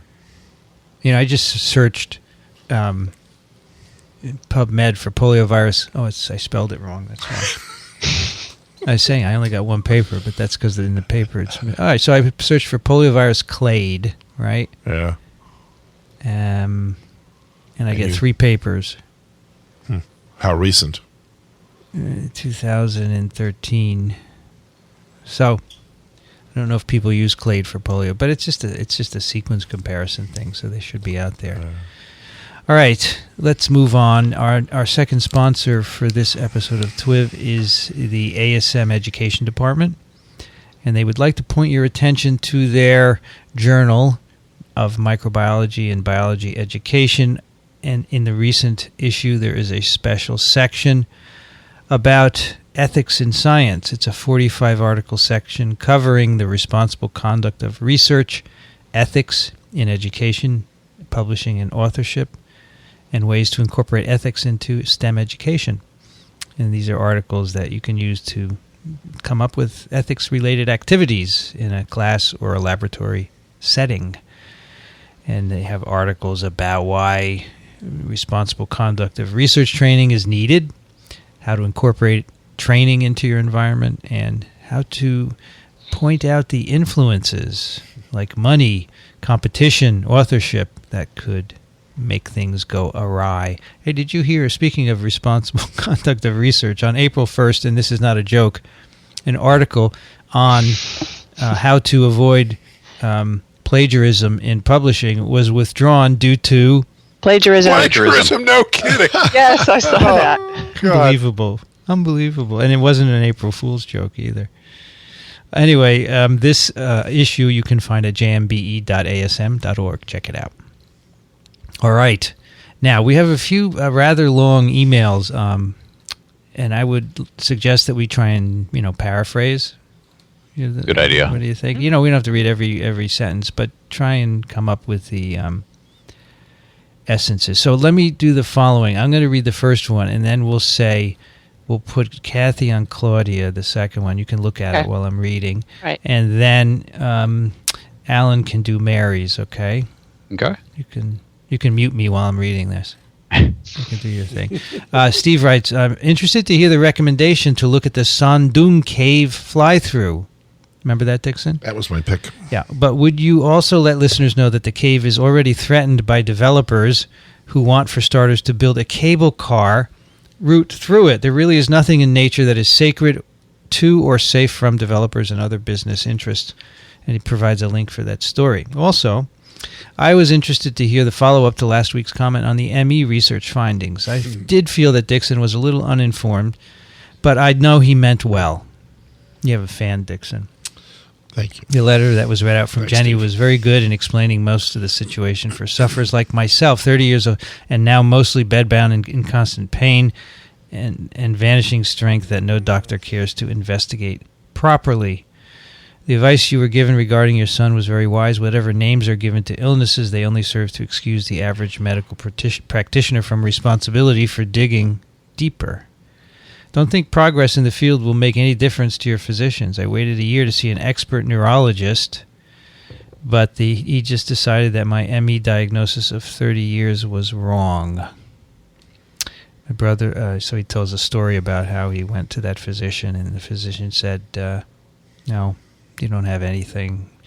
This week, I think it might be Alan Dove who didn't appreciate the depth of professional prejudice against ME/CSF sufferers when he assured us that your HHS wouldn't do anything secretive. I can't follow all the politicking in the U.S. system, and to me, IOM was synonymous with motorcycle racing until this controversy came up. But I do know that one Jeanette Burmeister had to take the HHS to court to get them to comply with Freedom of Information orders to disclose documentation. As it turned out, the IOM panel did seem to have done a reasonable job and helped to refocus at least the U.S. debate. Unfortunately, it's highly likely that in the U.K., for many difficult patients, the goalposts will be moved, as they have done for me for half my life. To keep me away from the facilities, I need to find out what is really wrong with me.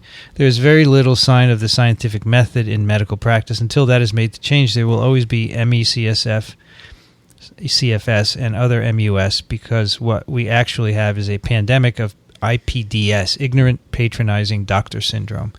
Many thanks for all your programs. This sentence here, there is very little sign of the scientific method in medical practice. That's an interesting statement, because it had always been my assumption that medicine was based on rigorous scientific method. And then I've discovered that, in fact, that's not the case.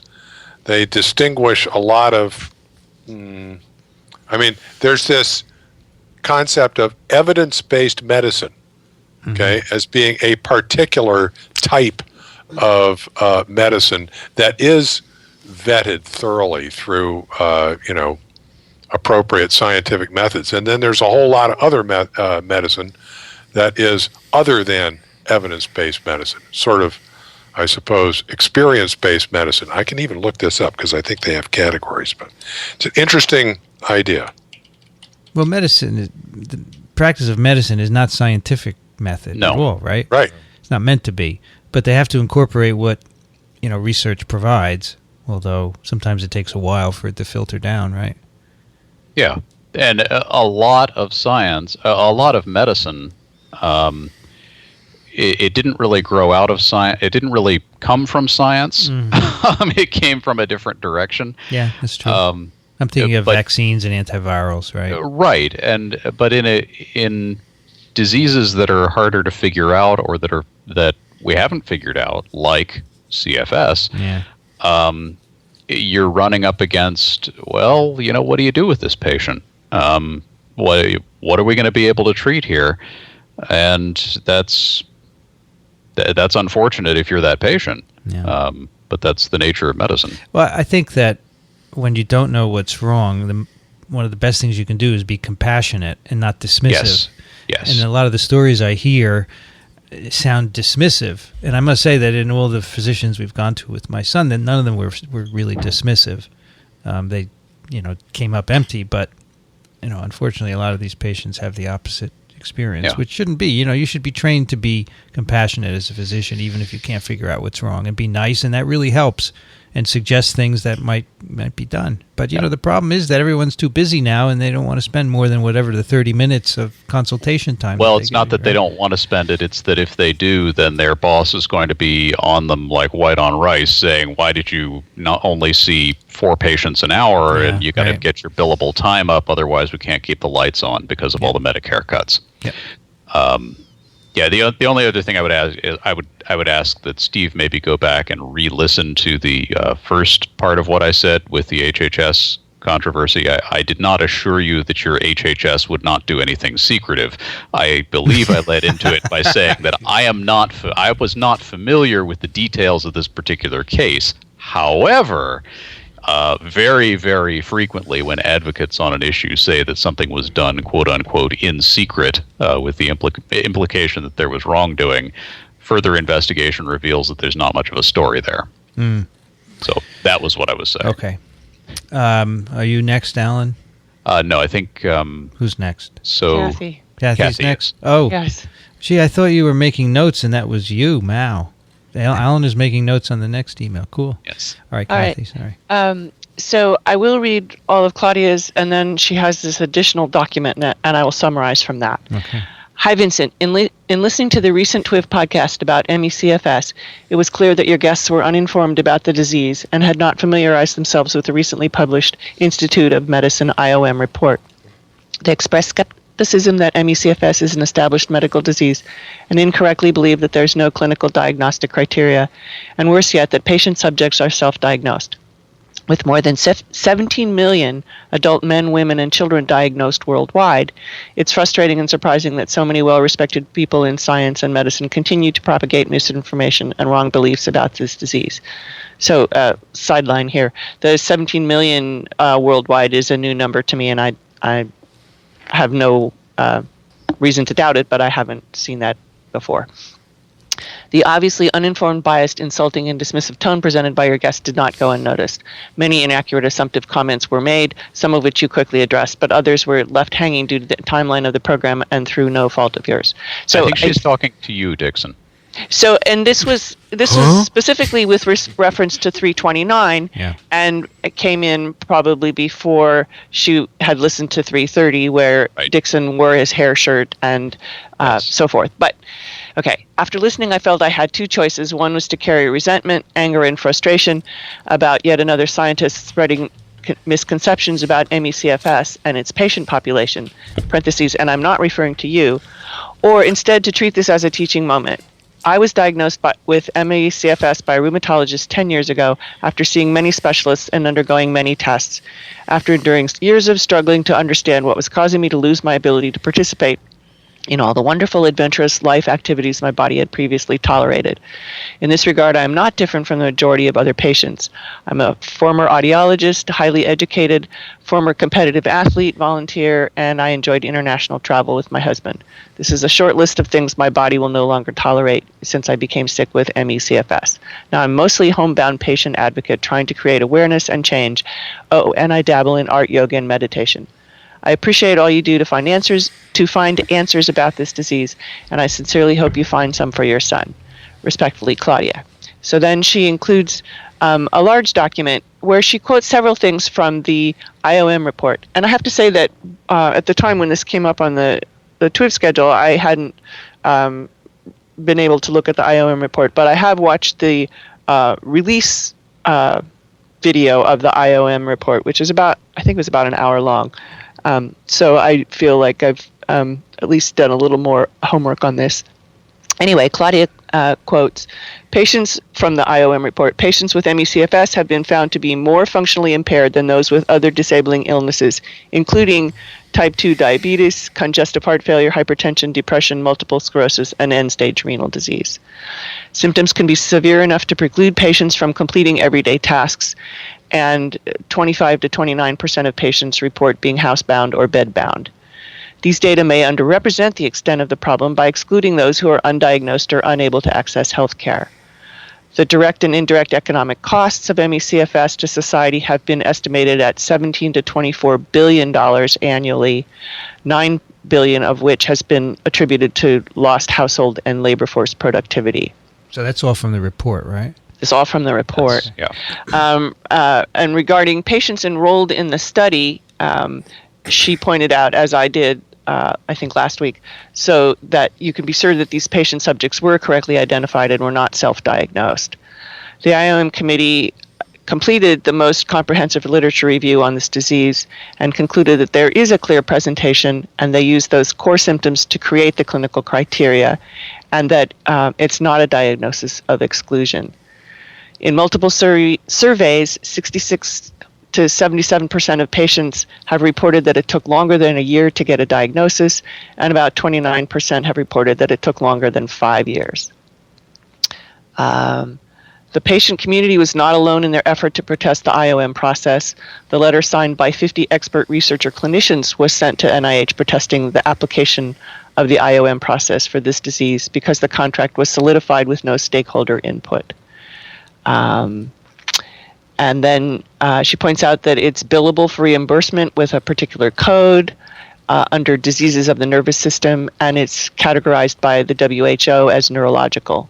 So that would address what we were when we were trying to find an institute for it at NIH earlier. Yes, get it? Mm-hmm. Yeah. Yeah. The topic of exercise as a treatment for this disease was brought up briefly. In the IOM report, they state that there's no evidence regarding the efficacy of employment rehabilitation, such as CBT and or graded exercise therapy. So there's variation in methodologies that preclude drawing conclusions about efficacy of interventions designed to enable ME/CFS patients to return to work. Please understand that many of us who have been diagnosed with ME/CFS by a medical professional are former athletes or very active. And she goes on to say she was a mountain bike competitor. There's a former Olympic soccer player.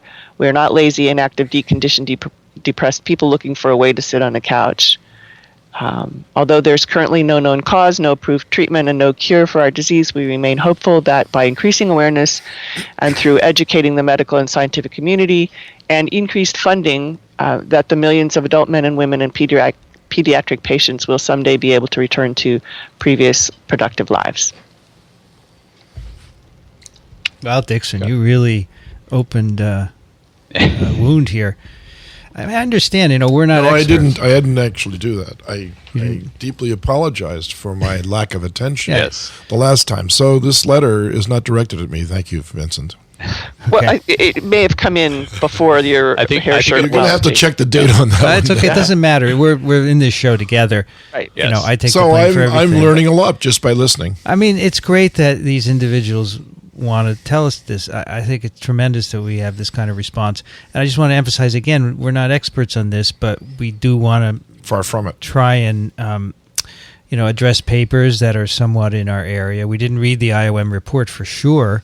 And I didn't intend to, but I do think we have lots of listeners who are interested, and that's why we presented it. That's right. But as always, we appreciate corrections, right? Yes, we do. Bet. All right, Alan.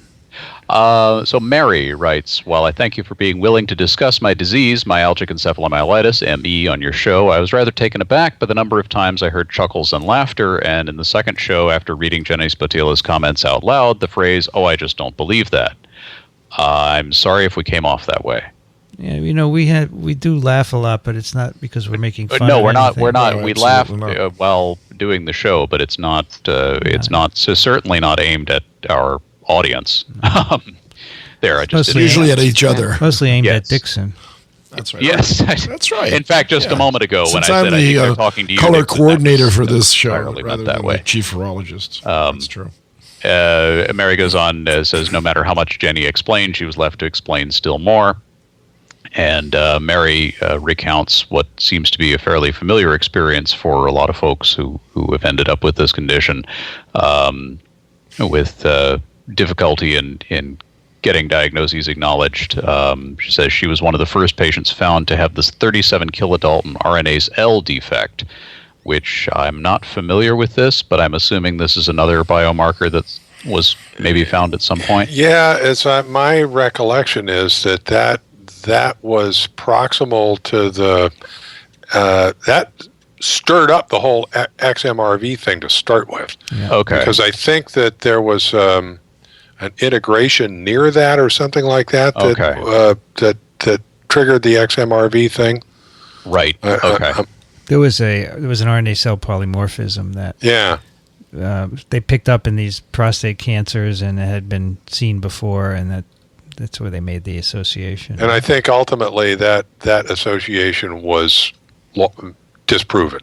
Right. Okay? Yes. But it did kick up a lot of dust for a while. So she also, at one of these various meetings, testified she'd been found to have extraordinarily high levels of HHV6A in my lymphocytes, and one researcher stood up in the back of the room to assert she'd never had HHV6 at all because only 2 people in the nation knew how to diagnose it. So continuing with the same sort of theme there. At which point she pointed out that the diagnosis was made by one of those people. Yeah. Yes, was made by a co-discoverer of HHV6, and then the questioner turned bright red and stalked out of the room. So a decade later, in July of 2009, she had the FDA temporarily removed the immune modulator and antiviral I have to remain on. And Dan Peterson of Incline Village, Nevada, who we've talked about with the XMRV thing, did a lumbar puncture and found HHV6 and CMV active in my spinal fluid. I don't know if that was PCR or virus isolation. In any case, probably shouldn't be there. Yes, probably shouldn't be there. I mean, everyone has. See, the thing is that everyone has EBV, CMV, HHV6, and 7, right? Yes. And that's what complicates the association with CFS. But my understanding is they should not be in your CSF. Right, except that we haven't. Yeah, I mean, we don't think they should be in your CSF. Well, that would imply that. It would imply that they're in your CNS, right? Right, that they got in. I mean, even the herpes viruses that are neurotropic, most of the time go in your peripheral nervous system, in your ganglia, so they shouldn't be there. Right. But yes, the problem is that these are extremely widespread viruses, and if they're there, are they causative? What are they doing? I mean, it's entirely possible that in a certain genetic background, these cause big problems. Sure. And they may trigger over cytokine production and some of the symptoms, as we talked about a couple of episodes ago. And that's why I think genome analysis has to be done and see if that gets anywhere. I don't know that that's been done extensively yet on CFS patients. Right. Right. And she goes on to say, at an NIH conference that I helped organize in 2011, I found myself talking to one of the higher-ups at CDC, recounted a lot of this about the CMV, HHV 6 and 7, and EBV, and was told, I don't believe you really had those diseases. Yeah, that's unfortunate. Yeah, that's certainly, I think that might have been intended to say kind of what we were just saying, that these are very widespread viruses and there are difficulties in analyzing the connection there. But if it was said that way, then that was certainly a very bad way to put it.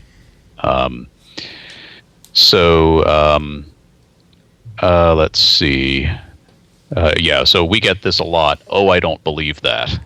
And then recommends that Dickson read the transcript from your virology blog on chronic fatigue syndrome and CDC. And then has a long postscript on Naomi Weisstein, who was a researcher who in 1983 came down with CFS apparently, tells that story and then discusses the difficulties of diagnosis and the different diagnosis criteria, and that's why we get the different wide variation in estimates of prevalence. Then that she is herself fairly fortunate in being able to, in having the resources to get at least a drug that appears to help, and be able to move to a location where she can get the care that she needs. And then, discusses a bit of some of what's discussed in your blog post, I believe, Vincent, about the history of research on this issue and how it's traditionally gotten short shrift. It concludes, I do wish you the best of luck getting your son diagnosed. Try Montoya at Stanford, or perhaps David Bell in upstate New York would come out of retirement for the case, or Dr. Peterson or Peter Rao at Hopkins, though he's a bit over-emphatic about the role of NMH POTS. Don't know what that is. OTS, and not sure what that is.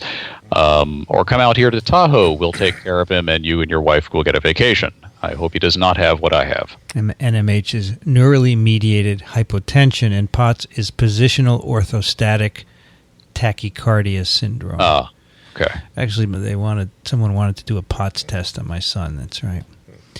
So we have heard from Mary a long time ago when we talked about XMRV. Mary used to be a professor at what's that college in Philadelphia?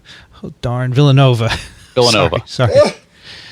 Yeah, it's a good school. I went to visit with my son. So you see, there are lots of these sorts of stories. Yes. Very sorry. Vincent, yes. This long blog post says it's by David Tuller, so it's something that you posted of his. Is that right? So Dave Tuller wrote a very long article on the history of CFS and CDC and all that, and he couldn't. He wanted to publish it in the Sunday Times magazine, and they didn't take it. So he asked me if I could publish it for him, which is quite a difference, but I did. And then I also did a TWiV with him as well. So there are two places where you can go and listen to him talking. He's a journalist out in San Francisco who's been very supportive. I see. Yeah, here he was on TWiV 119. Yeah, I do. It's very good. Basically, what we hear so often is people not being taken seriously and being very frustrated by that. Right. And that's easy to understand. I mean, if you're sick and you know you're sick and you've got a whole bunch of other people who have the same sort of thing that you've been in contact with that really points out that, this is an illness and you can't get people to take you seriously, I can imagine it'd be enormously frustrating. Yep. Yeah. Hey, Dickson, can you take Mike's? Sure. Mike, dear doctor, I'm a longtime listener and love all three of your podcasts. In a recent episode of TWiP or TWIM, at 68, my short-term memory isn't all that good, mention was made of dogs detecting cancer by sniffing patient urine samples. Here is a short article on a dog that can give correct results about 88% of the time. That's remarkable. So we talked about this virus in urine and odorants. So that led us into a cancer. I didn't know there were dogs who could sniff. Well, I want to add something back to the other conversation, and that is that I was present here when the woman with 4 children was so frustrated. She lived in Connecticut in a little town called Lyme, Connecticut, and her kids were sick except for one. And she marched them around from pediatrician to pediatrician to pediatrician and got different stories each time, but none of them were the right story. She then went down to the NIH and demanded that all tests that they could run be run on all 4 of her kids. Very frustrated at this point and almost ready to break the doors down. And they finally reluctantly agreed to do so, and lo and behold, they found the Lyme organism as the causative agent for the 3 kids who were sick, and didn't have any explanation at all for the 4th one until they started to do very careful epidemiology studies and questioning them. And it turns out that she was 12 years old and being treated for acne with tetracycline, which cured her Lyme disease. And the other 3 were not. So I'm not unempathetic to people with undescribed illnesses that need to be described. Yeah. I just want to set that record straight because one of the writers I taught here for 38 years, and I've seen a lot of things come and go, and I've also seen a lot of things come that came up because nobody believed them except one person that championed the whole thing and put it on the map. And I think AIDS was like that too as it first started. Sure. Look, Dickson, one person said that you didn't mean badly. Okay. Not at all. Ever did, never will. No, I think ever most did, of this, never will. I think most of this actually stemmed from a single erroneous comment that you made, which you've subsequently corrected. So hopefully folks will listen to the subsequent podcasts and we'll stop getting these letters. I told Dickson that he was fired, but he said, you don't pay me. That's right. You don't pay me enough to fire me. Right. Let's do one more. Rich, can you take David's email? David writes, Dear TWiVians, I have followed with interest your discussions most recently on TWiV 328 of staff scientists replacing trainees in laboratories. Although I agree that training the current numbers of students and postdocs for non-existing positions does a grave disservice to many, I wonder whether there might be a similarly serious downside to replacing many trainees with staff scientists. Some PIs are blessed with continuous funding for as long as they wish to run their laboratories. However, for many, most of us, even those who have been successful for a long time, funding is much more precarious. When funding for a position is lost, one can often cobble together enough support for one's unit to get a student or postdoc through their training period, or if not, maybe find another lab for the person. However, what if funding is lost for a staff scientist, especially a senior one, whose compensation package is substantial? Will there be a job market that is flexible enough to absorb these people? If so, how mobile would they have to be willing to be, and or how transferable are their skills to another field that might be related only peripherally to the previous one? Could we end up with another group of scientists, but ones more advanced in their careers and life stage than students and postdocs for whom jobs are not available? Almost similar to the predicament of the PI who lost the funding, except she is more likely to have tenure and still have a job. Maybe you and or your listeners will have some insight to share here. Still love the podcast, Dave. I think we heard from Dave earlier, didn't we? He's got a point. I think that the idea of making positions for staff scientists, I think, would have to be part of a more comprehensive reconfiguration of the whole funding paradigm. I think in particular, these positions would have to be treated as real positions by the university and have support from universities. Partial support, right? Yes, right. And that's what would make the difference, so they could be more permanent. Because, he's right. If you lose your grant, you can't get rid of a senior person who you've hoped that would be around for 10 or 20 years, right? Yeah. But that's really difficult to get universities to commit. They're tight as it is.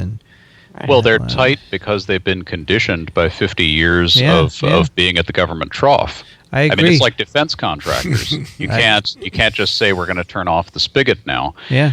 And that's not changing either anytime soon, right? That's certainly not changing. That's a much bigger problem in sheer numbers.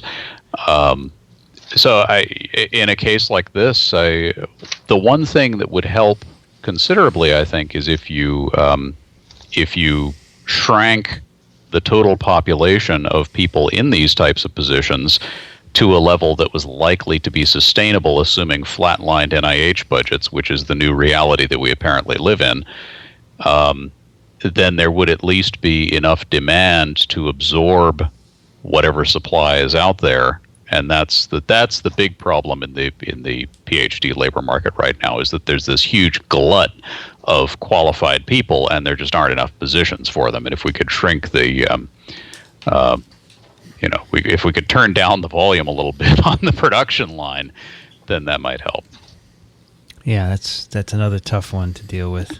Boy. There is one system where there are sort of those hard money line positions for staff scientists, and that tends to be in ag schools. Sometimes, or if they have an extension office or something, then that's state funding that then becomes a hard money line for a staff scientist. But there's so little state funding for universities at this point that it just doesn't seem like there's a way to fix the problem that Dave is suggesting could happen.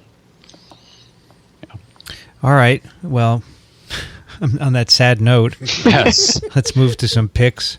Alan, what do you have for us? I have this is from one of my hobbies I've mentioned before.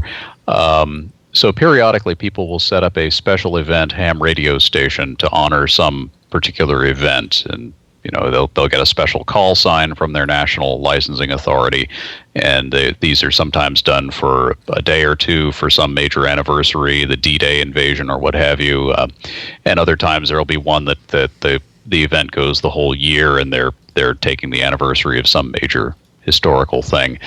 So this is a special event call sign that is now active in Denmark, celebrating the 110th anniversary of Rotary International. All right. And the call sign that they have gotten from the licensing authorities in Denmark is OU0POLIO.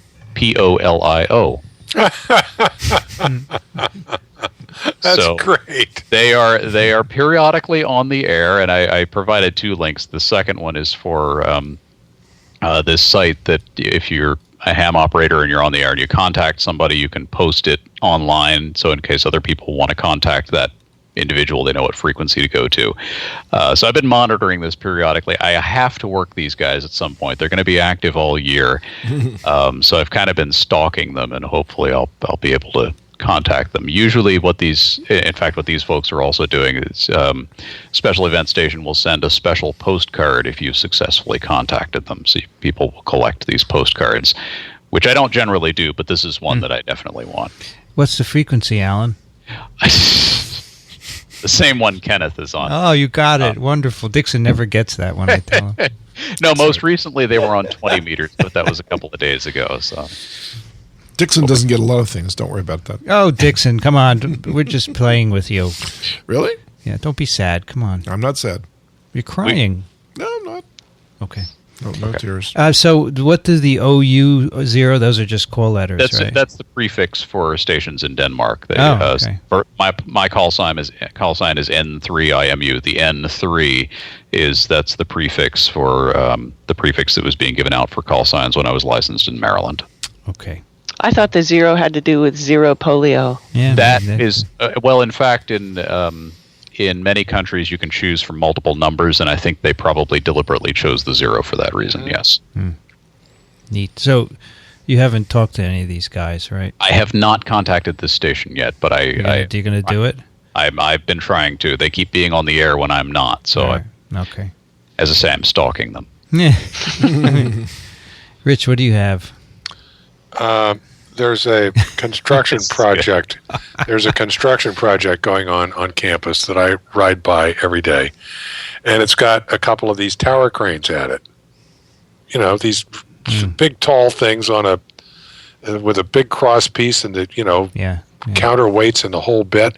And I found myself one day wondering, how on earth do they assemble those things? YouTube. The internet is just wonderful. So I looked it up. I looked up assemble crane, and I found a number of different videos, one of which I picked here that's a time lapse of this crane building itself. And basically it's bootstrapped. Building right? itself. That's correct. They get it started, and then section by section, it adds sections to the tower by pulling up these sections itself. It's hard to describe. You have to look at the video. It's only a couple of minutes long. It's a vertical version of the old Warner Brothers routine where they're laying down the tracks to run the train on it. That's right. So they're stacking a piece of tower and then jacking the crane up it and stacking another piece of tower. So this comes under the heading of, I always have to justify these. This comes under the heading of technology and engineering. Okay, there you go. That's good. Kathy, what do you have? Well, in keeping with intersecting arcs, story arcs on TWiV, I found that there's a Vaccine Heroes Legos project that's proposed. And so, Vincent, you've already made the comment that Salk probably didn't use an EM, and I was trying to search and figure that out. I did find a picture from a Salk Institute publication that shows Salk's simple microscope in a display. It's not an electron microscope, but it's pretty cool. Nonetheless, the Legos project could use your vote, and as always, take a look at the project, figure out how difficult you think it would be, how much it should cost, and what the audience should be before you click on the support button, because once you're on the support button, the window covers anything that you could remember about what the project was. But great. So it needs support, and it's got Jenner, Pasteur, and Salk with a large electron microscope. Pasteur also looks like with a laboratory kind of picture, and Jenner, there's a cow, and then there's you could the cool thing is that you could mix these with your other Legos, and so they've got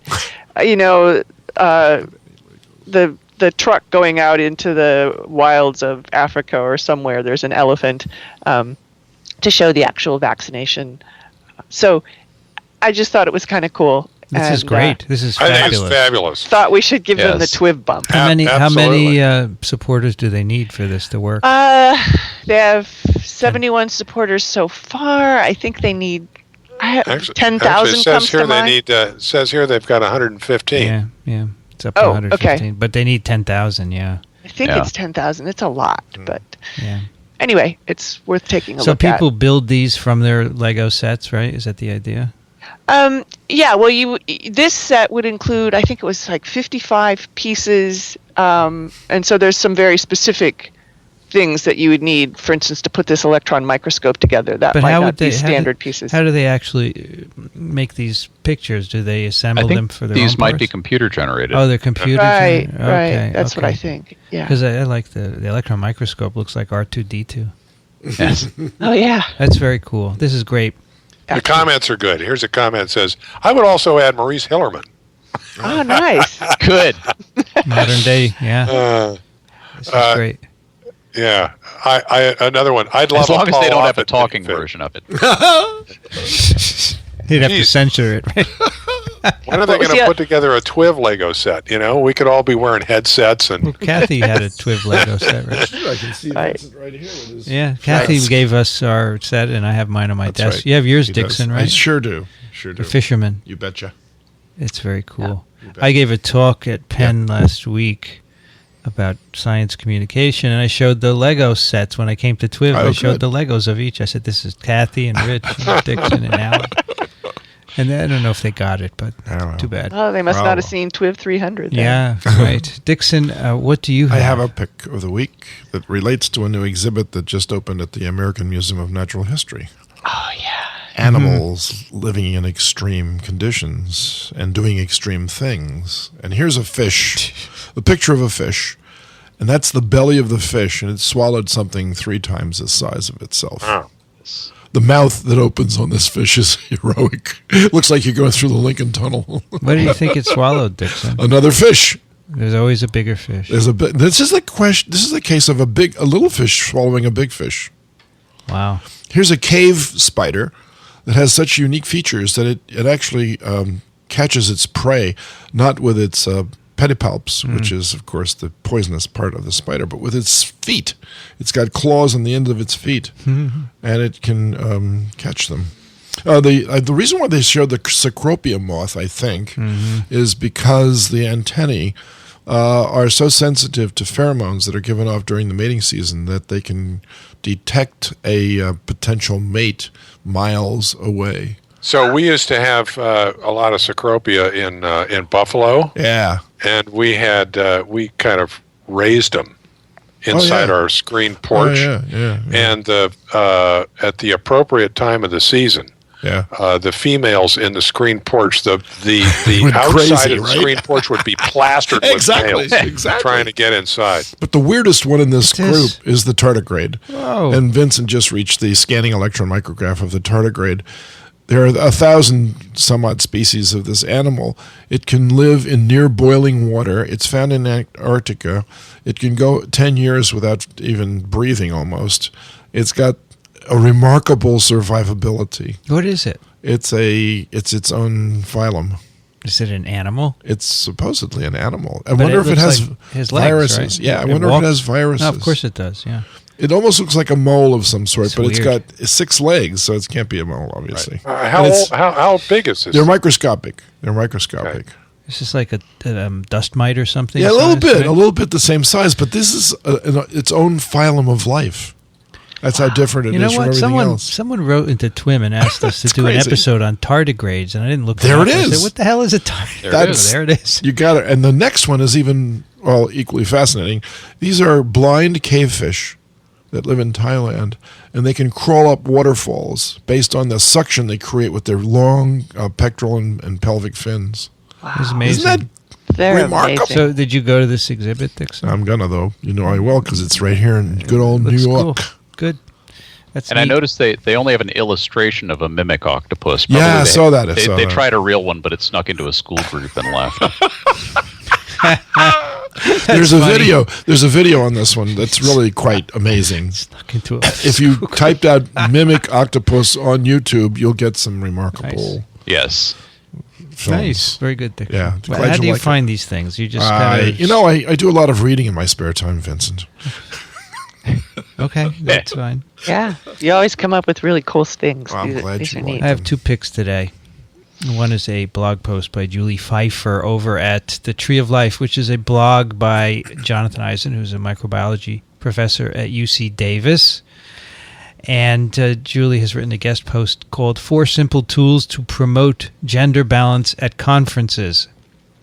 So she has some good stuff here, and anyone organizing a conference should check it out. I like the picture she put. What's wrong with this conference picture from 2012? And she's there in the front row where the speakers are, and of course... She's the only woman? She's the only woman, yeah. Yeah, well... She's in red, so she stands out. All right, so that's one. And the other is related to a book which I picked a while ago on TWiV called Cancer, the Emperor of All Maladies. Oh, well, yeah. Which is by Siddhartha Mukherjee, who is our colleague here at Columbia, Dickson. He's an oncologist. And this book, of course, is fabulous. It won the Pulitzer Prize. It's beautifully written. And now there is a Ken Burns movie, a 6-hour, it's actually a 3-part TV series, right? It's 6 hours total. Yeah. And this is fabulous.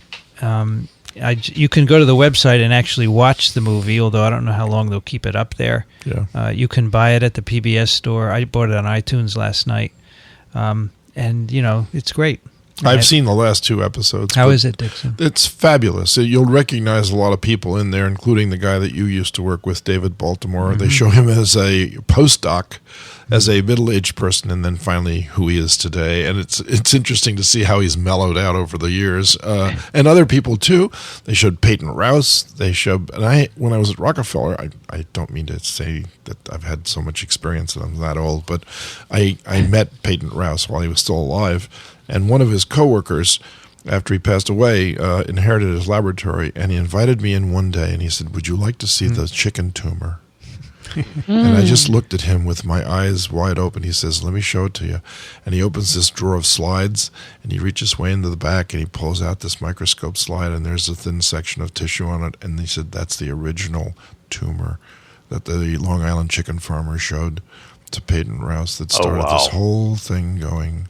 Wow. I was in awe from start to finish. I was just like mesmerized. It was fabulous.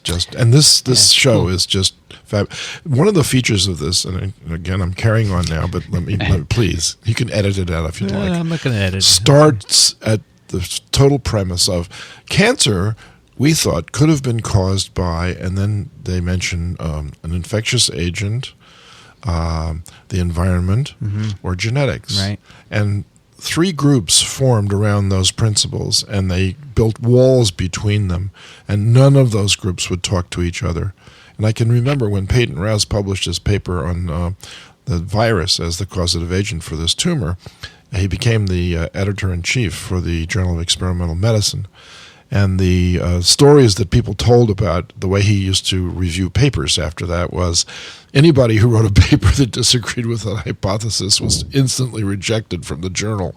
And so his best buddy became Charlotte Friend, because she was one of the next people to discover a memory tumor virus, I think it was in mice. Friend leukemia virus. Leukemia virus. I'm sorry. That's right. And she was one of the next few people to show that viruses could cause cancers. And so it's interesting to see how that the show evolves all of those ideas to a central theme. Which is, of course, what the book does. Exactly. It takes those three diverse areas. And it's fabulous. I actually mentioned that. So Monday it happens to be in my virology class. It's the lecture on transformation. And I always quote from this book because he put the history so well together. And having the movie is really nice. So check it out. It's beautiful. I saw about, I missed a couple of hours of this, but I saw most of it. And I thought, I agree, it's fabulous, and I thought in particular that it's a great example of communicating science to the public. Yes. And it strikes just the right balance, because lots of times that's right. When my wife and I watch science shows, we're disappointed that they don't really do the science well enough. They just kind of, really dumb it down to the point where it's really sort of frustrating. And this doesn't do that at all. And yet at the same time, I think it's done at a level that everybody can understand and appreciate. And it's got a nice mix of patient stories and also little bios and the science, so that it's engaging. It's really extraordinarily well done. And not only that, it shows where scientists developed an opinion about something, like high dose treatment for breast cancer, for instance, or total mastectomies, which turned out to be wrong. But it led the way to other treatments because of the fact that it did go wrong, and everybody, sort of fell into that. So there's a lot of humility in doing cancer research. Lots of humility. So, Rich, how does TWiV fall on that? Does it disappoint you? No, I think we do have a tendency to get too technical sometimes. We need. Well, that's what I'm here for. we need to remember to keep this available for Caleb. And Dickson. Someone asked me at the talk at UPenn last week. He said, he was a postdoc with Lynn Enkos. He said, "You guys can appeal to scientists and non-scientists. How do you do that?" Well, yeah. Sometimes we get it right. Sometimes we get it wrong. Think sometimes we get really technical, but of course we also go too long. This is 2 hours, and nobody can listen for 2 hours except people who are doing plaque assays. What are you gonna do? Or driving trucks long distance. Yeah. We have a listener pick from Jake, who writes, "Firstly, a great thanks to all of you at TWiV. The podcasts are a great way for me to keep science close in mind and distract me from the mundane interests of my coworkers. Unlike many of your listeners who write in, I am not a graduate student or doctor of any sort. My background in academia is ridiculously limited. A lot of what you fine folks say goes over my head. But it gives me something to read about when I go home for the day and keeps my wits sharp." Gives a link to an article, "Software is Designing Useful Microbes That Don't Exist in Nature." Possibly a pick of the week down the line. After I read this, I immediately thought of comments from TWiV 325. I listened to it today during my morning commute and first hour of building pipelines in the unpredictable Midwestern weather. You were talking about the possibility of garage biologists producing weapons-grade microbes that could possibly escape, control, or otherwise be intentionally released. To me, the idea of producing microbial weapons at my workbench at home is absurd, as it would likely infect me and the ones I love before anyone else. Any logical science enthusiast is probably going to arrive at a similar conclusion and avoid the risk altogether.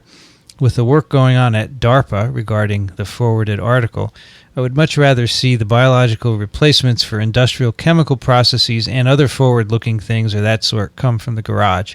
I've got a long way to go before contributing to that. I'm still trying to get my light bulb PCR cycler to work. Weather in Kansas City, Missouri is currently 7.8 C, mostly sunny, very light winds from the south. Thanks again for the entertainment and thought-provoking conversation. I will keep listening and studying. Best regards, Jake. Cool. Yeah, software that is designing useful microbes that don't exist in nature. This is from Motherboard. And this, the garage bio movement, which we've talked about before, and the concern over it. And I agree with Jake that I am not concerned about people making killer microbes. And I think we've talked about this before. Yeah. 325, of course. Anyway, I think it's cool that this is just what we were saying, Rich. He's building a pipeline and listening to TWiV. Yep. It's great. And probably if it gets complicated, he just says, okay, I'm listening to these words. Maybe. Yeah, I hope it's a water pipeline and not an oil pipeline. Why, Dickson? Because he just said that he wants to, do good and listen to things, and it uplifts his spirits, and he develops a scientific view of life. And I don't know what kind of pipeline. Yeah, we'd like to know. I would be curious as to what kind of pipeline. Well, if it's not an oil pipeline, how would you like the oil transported? Well, there you go, Dickson. How about no oil transportation? Okay, so we shut the world down. Yeah. Dixon, you can't do everything at once, okay? You can't. It's got to be. You got to change things a little at a time, and in the meantime, you still have to keep it running. That's a discussion that we should have over a fine bottle of something. We should definitely have that discussion. Dixon, I need to have my engine that makes noise and goes fast for a while. I'll put that on a CD for you, so when you turn your car on, you can hear it. No, I want to drive it. Up. This episode of TWiV and all the others are at twiv.tv, also on iTunes. They're all free for your consumption at any time, and they all are great. They don't go out of style. They don't go out of fashion. They don't go out of accuracy for the most part. When Dickson is wrong, he's always wrong. This is the thing, right, Dickson? Once you say something wrong, it's there forever, or no me, question. Or any of us. It's in fact, it goes into outer space. and the correction for it is there forever in the next episode. Right. Thank you so much for saying that, Alan. We just like you, Dickson. It's fine. I know you do.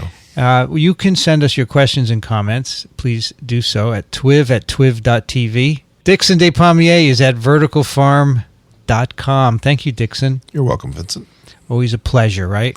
No, I don't say that. I say I'm just glad to be here, as they would say. The team that came in second in the World Series always says that. Just glad to be here. Glad to be here. I don't know. It doesn't sound good. No. Kathy Spindler's at the University of Michigan to University of Michigan in Ann Arbor. Thank you, Kathy. Thanks. This was fun, and I learned a lot. Rich Condit is at the University of Florida in Gainesville. Thank you, Rich. Sure thing. Always a good time. And Alan Dove is at turbidplaque.com and also on the Twitter. Thank you, Alan. Always a pleasure, even when you can't find your ads with both hands. Boy, I should probably I'll record an ad and stick it in somewhere, because I'm supposed to do 3. I'm Vincent Racaniello. You can find me at virology.ws. You've been listening to This Week in Virology. Thanks for joining us. We'll be back next week. Another TWiV is viral.